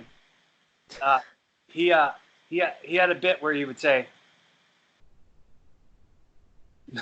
you could be the best tennis player in the world. No matter how good you get at tennis, you'll never be as good as the wall. It's true. It's very true. Like sometimes you feel like when you're speaking to someone that you're serving and the ball isn't coming back, they're just not serving. Like they're not hitting it back. You keep serving, nothing. Right. There's just nothing. And then sometimes you serve like they hit it back, and then I serve, and then you hit it back, and you have a good game of tennis. I said a conversation is like a game of ping pong. You just have to keep it going. They need to know where you're going to serve, when you're going to serve. Is it left? Is it right? Is it just fucking hit the ball and play? Like, don't talk about the rules or, are you allowed your hands on the table? How about this? Are we allowed to do this? Fucking hit me the ball, mate, and play. Like, don't talk to me about topics. Just fucking talk, you know? They need to have your little plan written out about what we're going to speak about. Just speak. Well, that goes right back to the grass will grow. it goes back to the tell the world what you're going to do after you already show them. So just have the talk. Don't talk about the talk. Just have the fucking talk. Exactly. People are like, so are you busy next week? Oh, I can't do next week. How about next Wednesday? I'll let you know. Oh, sorry, I forgot to get back to you. No problem. When are you next around? Seen 5 days later. Hi, I was on holiday. Fuck me. 3 months has passed. Let's just fucking video call right now and record it. Like, for fuck's sake. Like, just get on with it. Dude, you're just still in the beginning of this podcasting journey, but you have to learn to not take that shit personally. I mean, people cancel on me all the time, and I go, well, things come up. We all have things in our lives that we got to do. I've been doing this joke on stage, and I know it doesn't get the best reaction every single time, but I just love it so much that I can't not do it. Where I say, Can we stop comparing ourselves to other people? Can we all agree to stop comparing ourselves? Look, you look at this guy and you're like, wow, he's got a real nice body, and he's got a hot wife, and he's got a really nice car and a nice house. But the way I look at it, birds have the entire sky. Some of them still get hit by cars. Not all of us got it all figured out. Yeah, that's similar to in a pack of wolves, okay, one of them in a thunderstorm is going to be the lucky one that gets hit by a lightning bolt. It could be any one of you. You could be enjoying your day, moving towards the next stream, and one unlucky fucker gets hit by a lightning bolt. Or a lion suddenly grabs the last one at the back. Shit just happens, basically. Like, shit just happens. You can't control shit. What do you think is next? What do you think happens when you die? You're dead. That's it. You're dead. You think dead over? Yeah. You don't think anything else? Nope. I used to believe in reincarnation and afterlives and all that shit, but then I kept questioning myself until I found flaws in the stuff that I thought existed. And once I found those flaws, I couldn't go back because I'd found flaws, and you can't ignore the flaws. We're just a bit of a bacteria that evolved billions of years over time to now. When you are asleep and your eyes are closed and whatever, unless you're dreaming, you don't know you're asleep. You only know you're asleep if you're dreaming, or until you wake up and you realize you were dreaming. So if you don't dream and you're asleep, that's it. That's death. That you're dead. That is it. that's basically it. I don't believe there's any afterlife or anything. I believe that my thoughts are energy, and people, when they reach the frequency that I'm on, will be able to tune in and pick up my energy and my thoughts. So their thoughts won't be their own, they'll be my thoughts. So we pick up thoughts from others around us, even in the same room, across the world. They're not our own thoughts. Our own thoughts are what we see from our five senses, hear, taste, touch, whatever. But if you get thoughts in your head, someone comes into your mind, that's because he's thought about you. So 90% of your thoughts are from someone else, just someone else thinking about you or whatever. So unfortunately, you're dead. I'd like to believe there's an afterlife, but again, I kept questioning it, and I don't think there is, sadly. I think we just have to do whatever we can right now because it makes us feel good. Fuck as many chicks as we want. Drink as much beer as we want. I don't drink, but, have as much buffalo wings as we can, because then you're dead and that's it. But don't overdo it where you clog your arteries and eat too many wings. So everything in moderation. Absolutely, yeah. Everything in moderation, and it won't really have much of effect. Yeah. What other opinions have you heard about it? Like, what do you think? Like, when you have these conversations, do you ever ask these people on your podcast? Do you ask them what they think happens when they die? I don't really plan where I go, but I think I've discussed about afterlife a few times with someone. I don't know. I just sort of talk and I forget what I've said. But again, if there's an afterlife, then there's a past life, and which means technically you're either in spirit or you're reincarnated as something else. And then it's like, well, if the mass of a cow is say bigger in mass than a human as opposed to a duck, technically in terms of the levels of energy, you become a fly to a duck to a human to a cow. Hence why people in like Islam or whatever believe that the cow is sacred and they don't eat beef because it's like reincarnation of their ancestors or something like that. So you could look at it like that in terms of what energy you are, you attract the energy of the next thing on your level. So, for example, I'm frequency 3, right? If, for example, there's a dinosaur or a big ostrich, right, who has a vibration of 3, then energy in the universe is going to track together. So my energy, when I die, is going to be drawn to the ostrich, and my spirit is going to be in the ostrich, and the ostrich is going to be my spirit. So the ostrich is going to be thinking like I did because it's going to have all my thoughts, right? But as the ostrich goes through life and his energy increases, he might attract the thoughts of another animal that was on a frequency 4. And then when he gets to frequency 4, he picks up that energy. So it's like knowledge. We learn through sound and language, but really sound and language is just thoughts. And I'm picking up your thoughts through language and I understand it, but it's just transferring the energy. So it's not that we become a physical person, like I am going to become a cow or a fucking cup or whatever. It's just that the person who is born after me will get my energy once he reaches that level. I won't be in another body. Oh. He will pick up my energy in his life. Does that make sense? It's like in a relay, you hand over the baton, he continues to run with it. I don't run anymore. I stop when I hand it over. We don't keep handing batons and keep running with them. Does that make sense? Right. Yeah. Like, I mean, I gave up a long time ago on the idea that like it's we're gonna go to a place. Like, there's no place. Stop. Like, you're just being a silly goose now. Yeah, it's a lot of people trying to. It's like if people who don't like their life, they're trying to think that there's a better life out there. So rather than them just getting their shit together right now and doing stuff that they like and whatever, they're thinking, okay, well, I'm stuck in this job. My husband's a cunt. I'll just go through this hell and hope there's an afterlife where there's like fucking heaven and fucking people playing orchestra in the sky. And it's an excuse to escape from their unhappiness right now. It's a cognitive dissonance. You know what I mean? It's like a big. It's a big. Like, our brains need to know that there's something else. Like, it's like hardwired in our DNA to really believe there's something else. Do you know the comedian Pete Holmes? You should listen to his podcast. It's called You Made It Weird. It's my absolute favorite podcast.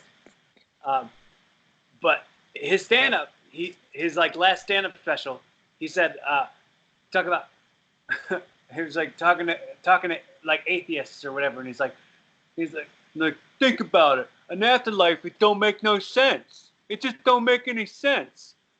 And he's like, okay, I hear you. You know what else doesn't make any sense? Fucking this. None of this makes any sense. So, what to say? Like a whole bunch of shit that doesn't make sense, and then nothing. Like, it's just a funny ass joke. Yeah, like if we keep thinking about things long enough, you find thoughts from that thought. It's like if you like explode something, there's going to be like shrapnel of everything, and like you too many pieces, and then you find more pieces. Like when you start thinking about chicken or the egg, is there a god, afterlife, whatever? Don't think about that, because it's just made up in your head, and you're just always gonna be able to think about more shit. Like just stay present, do your stuff now, and don't worry about it. Like just be present. You know when they make you climb the rope in gym class? Yeah. That rope's got knots in it that help you get up the rope. Yeah. Just grab each knot and get up there as much as you can, you know? Yeah, like... It's a constant climb. It's like we said, that whole... the work is never done. You're just going to be doing work. This is just a part of it. Yeah, like some fish live in the ocean. They're like millions of years old. Like there was a shark or something that was 1,000,000 years old or whatever, right? There's animals out there, birds, fish that live for thousands of years. So like everything is just about evolving and moving. If there's no food, you go that way. If there's lots of food, you stay here. You don't worry about it. You don't think, fuck's sake, where's the fish coming from? You just go and do it. Like if you have a dream, if you have a vision, go and fucking do it. Don't talk about it. That's like the fish going, oh, I'm really hungry today. There's no mackerel here. Oh, I'm just going to look at this seaweed. Like, he's not even thinking about that. He's already doing it. He's fucking hungry. He's finding that fish. He's not thinking, oh, I'm going to have some fish soon. He's just fucking finding the fish. And like, he's just getting on with it. You know, people talk about the shit they're going to do and they never do it. Fucking find the fish. It's so funny that it does go back to people, and the nature of people is being so drastically changed by the amount of technology that there is. Like there's a scratch for every itch, and there's an itch for every scratch. Right. Such an instant itch, though. Like if you're like, oh, who's this actor in this movie? IMDb, boom, now I know, right? Just like that. Or who was the guy in that movie that I'm thinking of? Oh, let me just look it up on my phone. Then now I know. And instead of doing that, I found myself in the practice of like trying really hard to just think about it and figure it out, so I don't scratch that itch right away. So I don't forget how to think about things. I want to continue to have my brain power. Yeah, no, absolutely. Like sometimes I'm trying to think of someone's name, right? Or somebody who was that person from school or whatever. And it's easy to go on Facebook and just find their friend through someone else. But when you start to think about that person, your brain starts to hurt. Like when you're at school and the teacher's explaining some maths equation, your brain starts to hurt and you can't do it. But I found that the next day, you go back to that maths question, it's easier. Why? Because you reached your brain stimulated up to a level which you hadn't done before. Okay, it's tired, rest. Now you come back to that level, and then you come back to that level. When you recall information, when you think of names, it's the same thing. You tire yourself out thinking of who the fuck was that girl at school? You sleep on it. The next day, bang, Jessica. And now it's easier to recall information because your brain is now built to work stuff out like Scrabble and word search, crosswords. All these old people, they say, oh, my mind's nice and sharp because I've always got the crossword out, and it's true. That stimulates the brain. If you go on Google, that's not doing anything. That's fucking stimulate your thumbs. It's like a muscle. It's like I was thinking about it this way. My uncle and my mom and my aunts, they can remember first and last names of like everyone they went to elementary school with. I can't do that. I went to elementary school way more recently than them. I don't remember everyone's first and last name. Like they remembered everybody that was on their block, but they weren't distracted. They didn't have as many distractions. The space in their brain that was occupied for that didn't get forced out by Angry Birds. So do you think that it's simply because they had nothing else to do apart from reminisce on the school days because there was nothing else to do? Or is it that we are choosing to focus on stuff that's more relevant as opposed to irrelevant? And if you've got wrestling stuff to do, you'll think about the wrestling names rather than school friends. Is it the brain, or is it we're choosing what we focus on now? It's real weird because I always say, like, I've lived so much life. Like, when somebody brings up old shit, I'm like, I got too much living behind me at this point, in between when that happened and now, that I don't remember whatever this was. Yeah, like people sometimes bring up, like, people say, oh, do you remember this person? She's pregnant or she's getting married. I'm like, oh, that's nice. But to me, that is so fucking long ago compared to where I am now and where I'm going. I couldn't politely give a shit. But to them, they've just left school. They've got a job. They still see all their friends from school. That's just like yesterday. But for me, it's like, wow, man, I have gone to millions of planets and back. I don't even remember school days. Like, I can put my mindset back, but it's just so far ahead that it's like, who? Don't know who she is. Don't give a shit either. It's weird, man. It's funny too because, like, even look at how close, like, me and my brother. My brother's 3 years older than me, right? We grew up in the same home, and recently, a couple years ago, we moved into this apartment. Me and my brother, and I was like, oh, we got to go to Lowe's or something. We got to go to Home Depot. It's just a home. One of those stores. Did they have that in England, Home Depot? No, but similar stuff, yeah. Okay. So I was like, oh, we got to go to Home Depot. And he was like, oh, I don't want to ever go to Home Depot again. Mommy used to always make us go there. And I'm like, you still remember that? Still remember that? You're holding on to that shit? And I'm like, I was like, I say this all the time. I said, we waste so many right nows on right nows we'll never get back. We've lived through so many right nows that we were too focused on shit that wasn't going to advance us any further.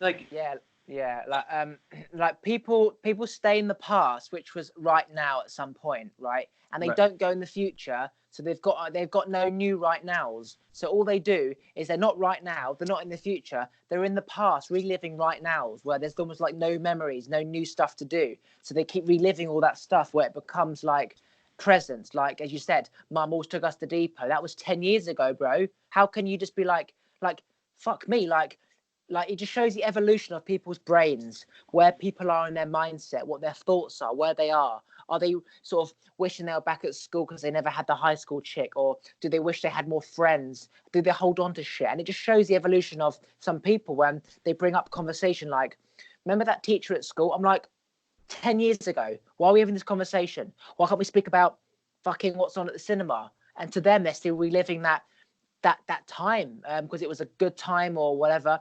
It's like people who still listen to music on their iPod that they listened to when they were 16 at school.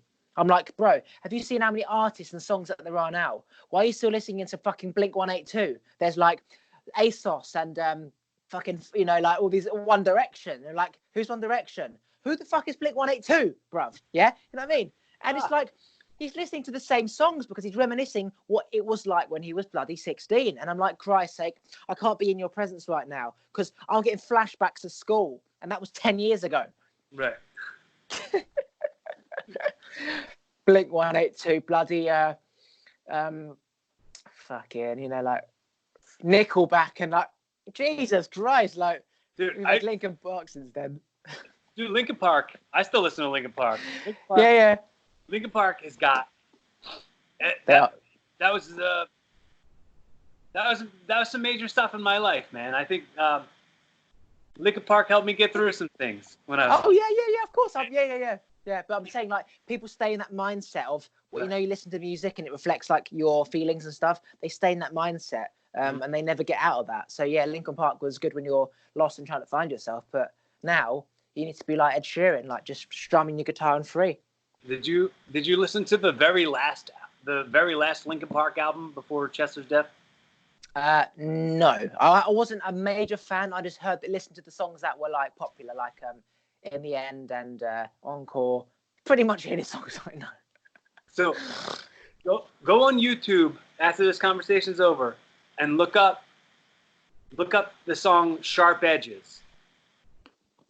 Sharp Edges. It was the very last song on the very last Linkin Park album, and it's sharp edges have consequences. I guess that I should have found out for myself, or guess that I had to find out for myself. It's a good song. It's not like it's tough. Like when I played it for my girlfriend, she was like, "This doesn't even sound like Linkin Park." Like, yeah, like when you understand the message behind it and what he was saying and how he was feeling, it suddenly doesn't become a song. It becomes your friends texting you like, "Bro, I'm feeling this. I need to," like, you suddenly becomes real. Like, fuck, that's a message that your friend could suddenly email you and say. Yeah, it's fascinating how, like, he literally planned his death where he did carpool karaoke. And then literally a week later, he killed himself. Like, he knew at that point what he was going to do because his friend passed away and he wanted to be with his friend or something like that because of how they were both abused as a child or whatever. So he always had that connection and like this only figure in his life. And the fact that he did carpool karaoke so happily, so confident, knowing he was going to kill himself in a week's time, which was the birthday of his friend who passed away, he planned it all. How he could be so chilled about just, I'm going to kill myself on that day. I'm present, enjoying James Corden's carpool karaoke. That's powerful because it wasn't like he was in pain. It was like he was in control. You know what I mean? Those two deaths, Chris Cornell, and then Chester right after that, they both hit me hard. Like, right, because honestly, the number one album, the most played album on my Spotify is Chris Cornell's Songbook. That live acoustic album that Chris Cornell had, and both of those deaths right away, like, because like Chester and Linkin Park, those albums are also pretty high volume plays on my Spotify, but it's tough, man. Do you ever find yourself wrapped up in YouTube conspiracy theories? So I did all this when I was 21. So I've evolved quite a lot, as in I evolved and I kept evolving, and then I didn't evolve anymore because there was nowhere else to evolve, like, mentally, apart from to physically fucking get shit done. So I questioned everything. So yeah, 21, 9/11 conspiracy, the Illuminati. I've gone through all those conspiracies: Elvis, Marilyn Monroe, Michael Jackson alive. Then you've got the Michael Jackson person on the news network who had like a burnt face, and it's like, is it him? And he's coming out of this place. I've gone through the whole shit. I questioned everything. I tried to find other videos to compare, to find answers. 9/11, where was George Bush? Where was this? I questioned everything, and I made my assumptions, and I put that to bed, basically. I have the answers of, is that real? Was it real? Yes, no. Put it to bed. That was a long time ago, like when I was 21. I did that cycle of, like, they're trying to control you, like, and well, fucking, like, Richard Branson, Steve Jobs, Donald Trump, they're all like in the office, like, how can we control humans now? He's like, he's like, oh my God, Jay-Z's done that. He's part of the Illuminati. No, he just has a third eye because he's aware about shit, dickhead. I've gotten caught up in some online conspiracy videos, like not even that long ago. Like I fell down a rabbit hole for like reptilians conspiracy. I did all that. Yeah. I done all that. Yeah. And what other? The Avril Lavigne being dead. I haven't seen that one. That might be in a recent one, but yeah, she's on Instagram. She's not. It's a fake Avril Lavigne. This Avril Lavigne is a doppelganger. They killed her off in like 2004, or she had committed suicide, and they just replaced her. Like, that's what the conspiracy theory is. Honestly, like, you could make up bollocks to anything and find reasons to back up your thoughts. Because, like, in a room full of brown, there's equal amounts of red, but you focus on the brown, and someone says, how much red was there? I don't know. And then you look, and it's like half red. So we only focus on what we are looking for in the first place. So yeah, you can always find like Did George Bush know? Yes, I'm sure intelligence agencies did know that it was going to happen. Maybe not at the exact same day, but it's chatter. It doesn't mean that he could have done anything, because what are you going to do? Like, what the fuck could he have done at that point? Like, fucking go and find Bin Laden and hold him down? Like, it's just not how it works. Like, you know what I mean? Yeah. Bin Laden, I know you are planning something. I suggest you don't, because you will have the military of the United States up your asshole. So I suggest you don't. Like, what was he supposed to do? Well, it's weird because, like, from my world of being a pro wrestler, since I'm 14 years old, I'm 36 now. So most of my life has been spent in a world where I know everything's set up. I know everything's a work. I look at everything like it's a work, like sports, like football, like American football. It feels like it's a work to me. I feel like basketball is probably a work. I think pro wrestling's the only thing that like owns it and goes, yeah, it's entertainment. It's entertainment. But like, we're the only ones. Everything else is entertainment for entertainment's sake, but it's manufactured. Reality shows are manufactured. That's structured reality.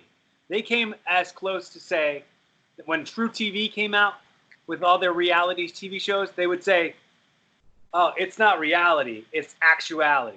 When they were saying actuality, they're saying they're acting out. They're being right up in your face about how this is all a work. They've structured this whole entire thing. Impractical Jokers, right? You've heard of them, yeah? Yeah, I just saw their movie. I bet you loved them. Yeah, they're great. What, so their movie's out right now? Yeah. Well, their new one? Yeah, it's in the theaters right now.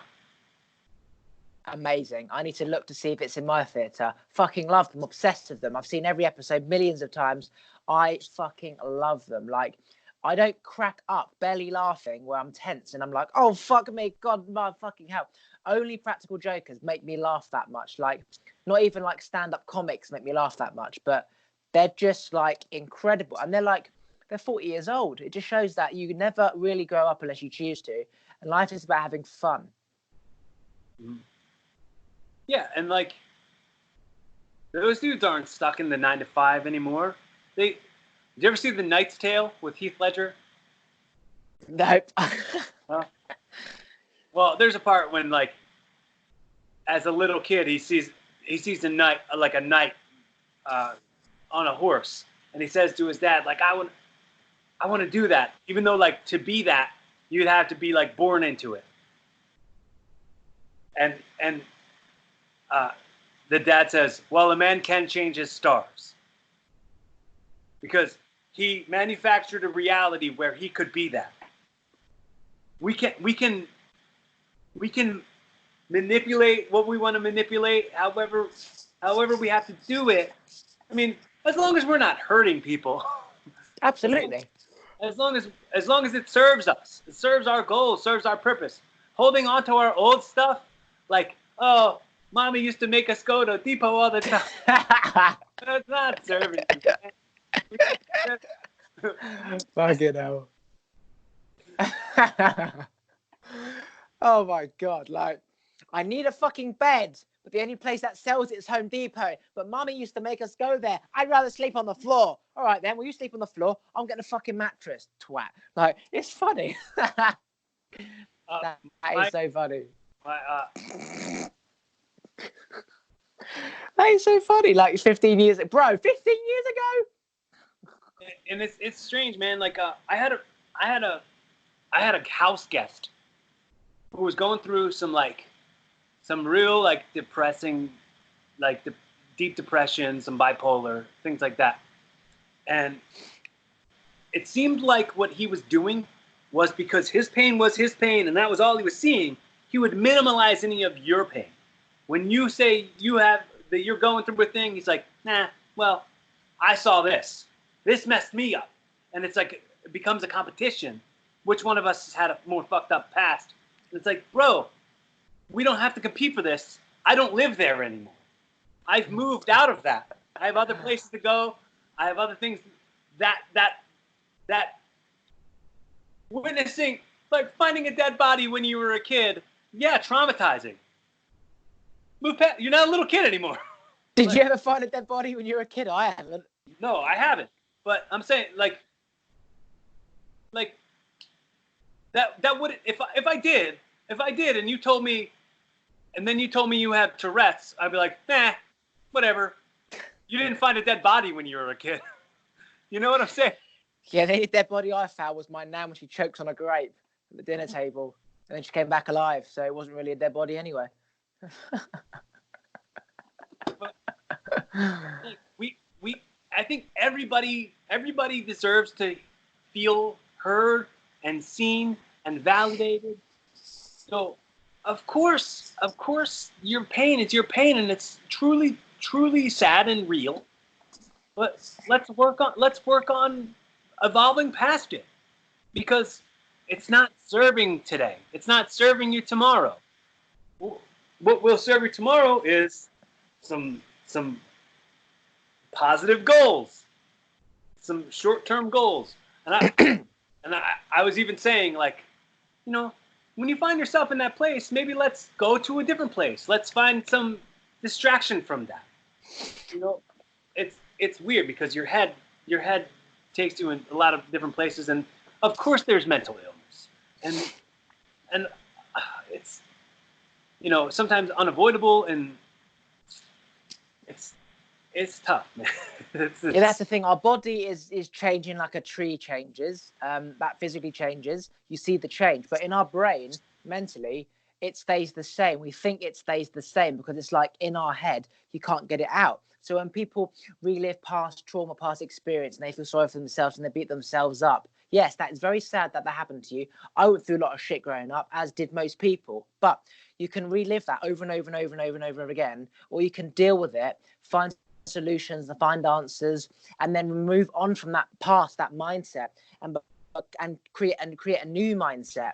Okay, your mindset's constantly changing, like our body's changing, but we forget that we have to take control and change it. It's not just going to suddenly change. Like our body, yeah, it will change without us really wanting it to. We're going to get wrinkles, our fucking balls are going to sag, whatever. Yeah, they're going to float in the bath. But mentally, we think that, oh, I can't do anything about it, because if it was going to go, then it would.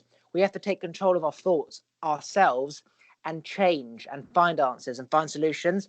And then you heal yourself through going back into that part of your life that was horrible, finding answers, reliving it, crying, grieving, letting that anger out from that father that didn't love you in that way, or that person who abused you, whatever. Yeah, it's bad, but you have to live your life for another 80 years. And you can either just live a very unhappy life or go into that mindset, imagine what he did, forgive him in your mind, let him go.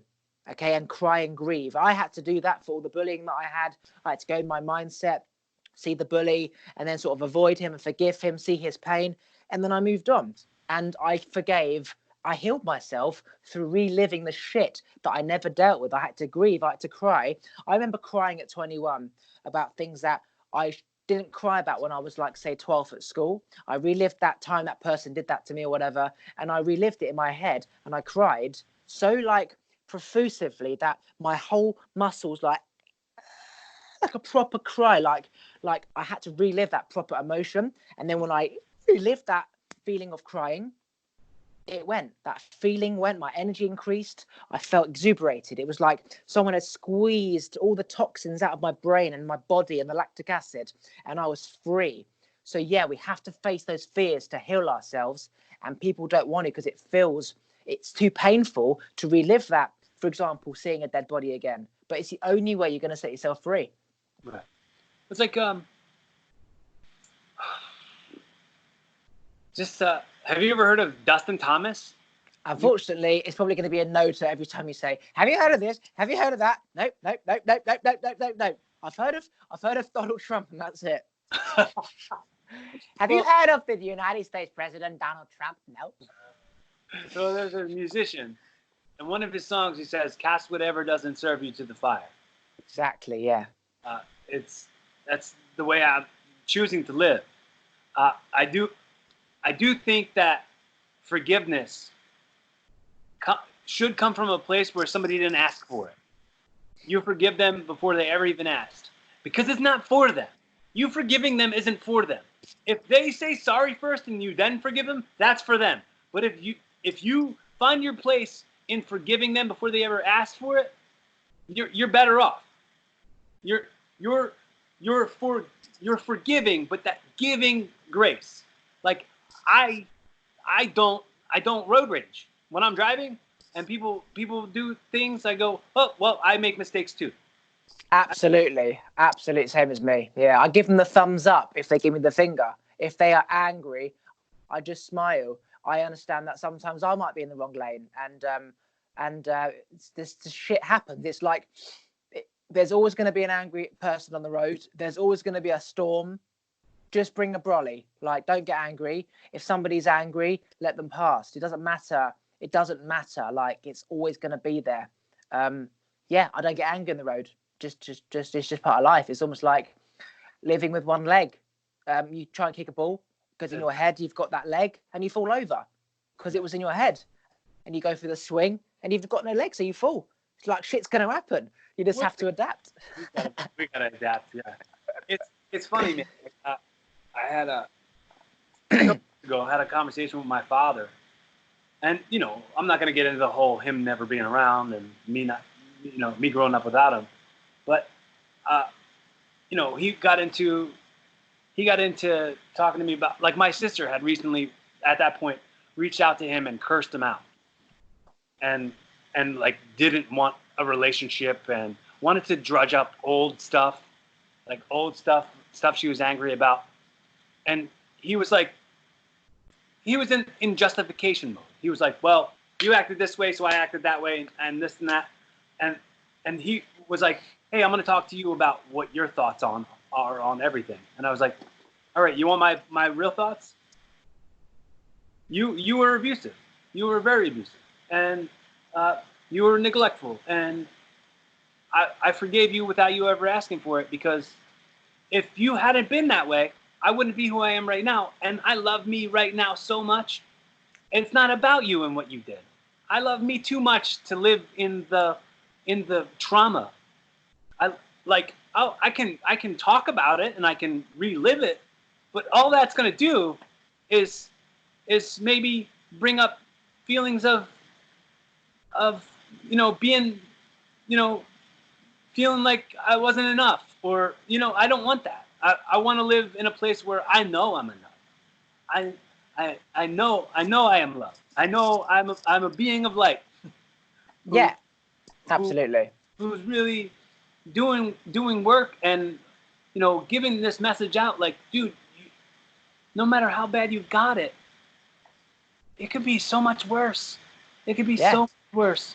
Like some of my friends don't, went through foster care or had drug addicts as parents, or I've seen examples of it being way worse.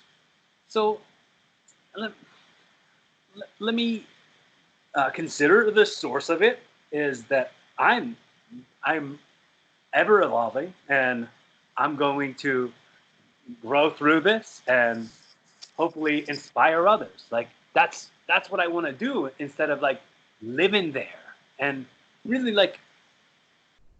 And going back to the thing you said earlier, this is all pretty cyclical. Can't even remember. Did I even say that? Fucking hell, 2 hours. You said something earlier about. You said something earlier about when you're sleeping and you're dreaming, and sometimes you don't dream, right? And you were like, well, that's kind of what being dead is. Like, it's just like whatever. Like I went through this. I went through all this 8 years ago. I had to have brain surgery. So they put me to sleep, and they cut my head open from here all the way to here. And through that, I was out. I don't remember. I wasn't dreaming, nothing.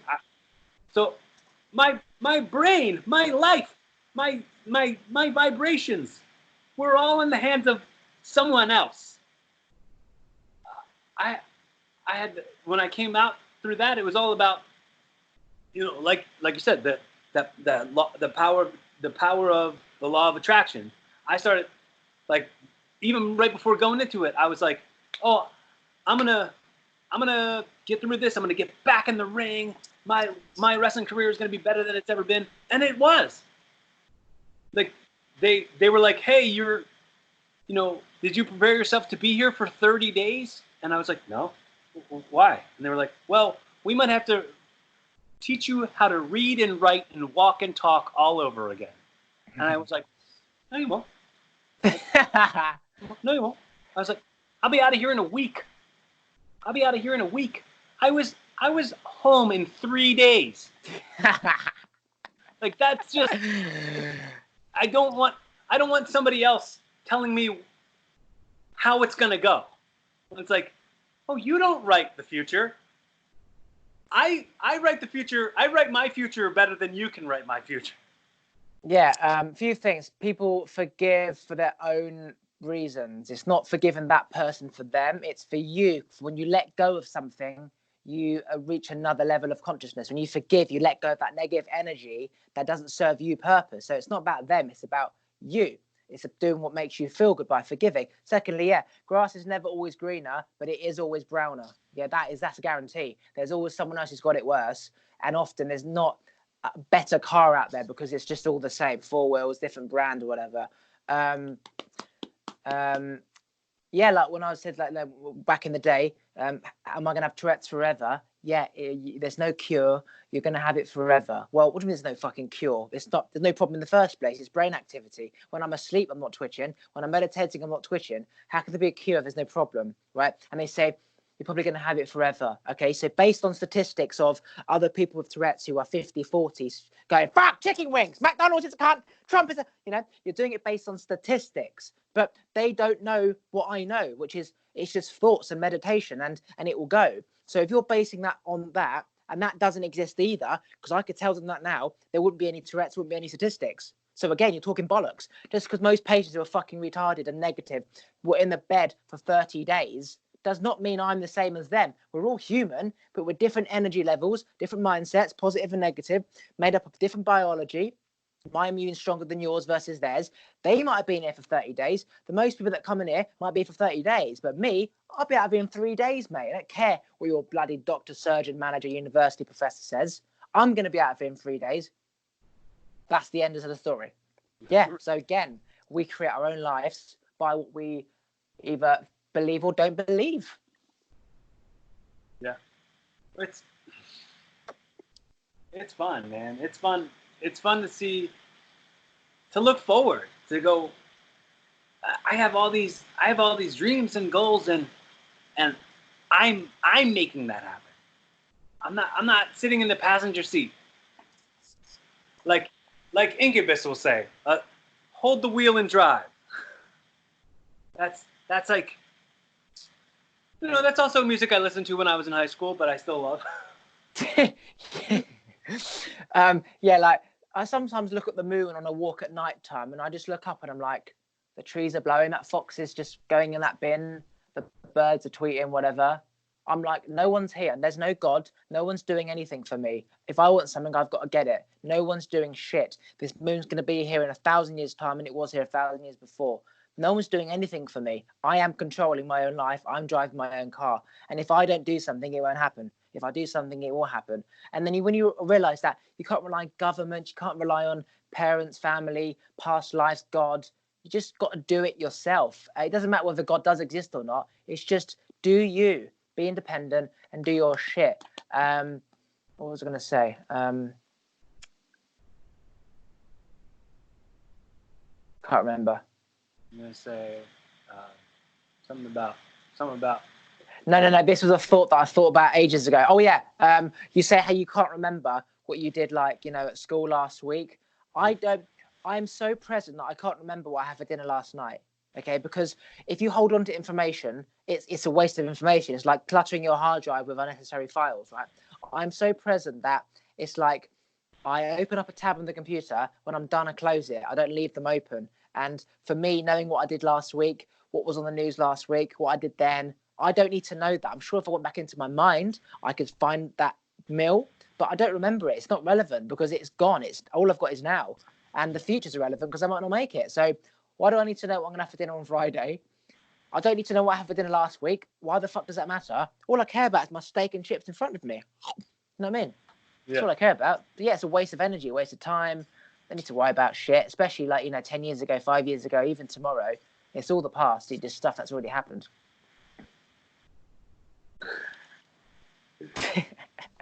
So, it's funny, like do you have like a way that you normally start wrapping things up on your show? No, just stop when you want to stop. If you want to go, I'll ask you. I'm going to tell you what I normally do.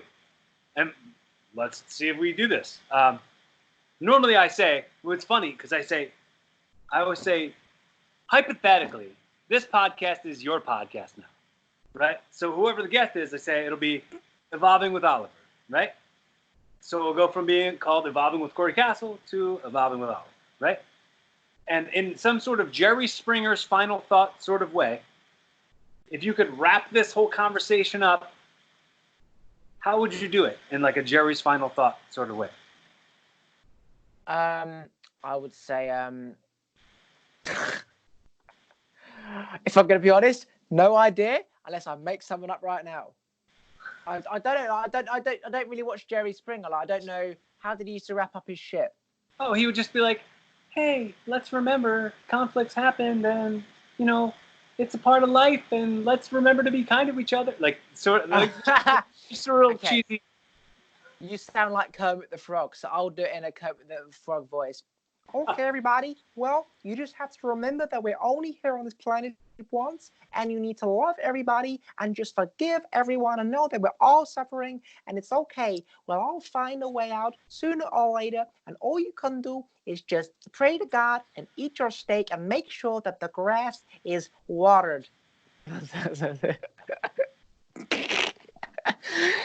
Just a lot of nonsense. Well, the rain will take care of that. Yeah. Okay, so do you wanna plug anything, any links, social media, websites, podcasts for us before we wrap it up? Yeah, sure. I mean, I don't have a website. I know you do. Say yours, because that's important. Oh, if they're watching this, they're on the website. No, but I'm saying if I release the audio on my. Oh, okay, yeah. Hi, my name is Oliver. I'm on Corey Castle's Evolving podcast, which is my podcast because what's his is what's mine because we all share the same food and the same energy and the same oxygen. Bollocks. Talkwitholiver.com. Well, my podcast, Corey Castle. I'm Corey Castle, which is spelled CORYKASTLE. Castle with a K. Corey with no E in it. And it's my podcast is called Evolving with Corey Castle. So it's the word evolving and then the W/ and then Corey Castle. You can follow me on Instagram at Corey Castles as spelled the way I said it earlier, and Facebook, Twitter, all that stuff, same way. And like I always say on the show, and I'm gonna say it to you. Like I already said it earlier. I'll say it again. You ever think you need a friend, like a judgment-free conversation? You need a resource in some way? Don't hesitate to reach out to me. I'm happy to be your friend and be your resource. And it's great that this is just the start. And anyone listening, I'm not hard to get a hold of. I'm not, reach out to me and we'll have a good judgment-free conversation. And if I can help you in some way, I'd be fucking pleased.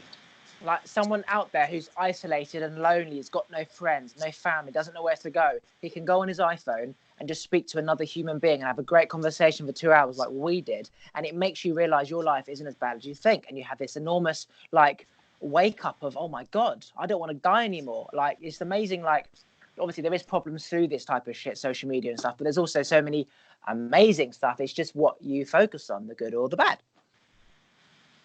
Okay, I'm going to end this here. I'm going to press stop recording and I'll say goodbye afterwards, yeah?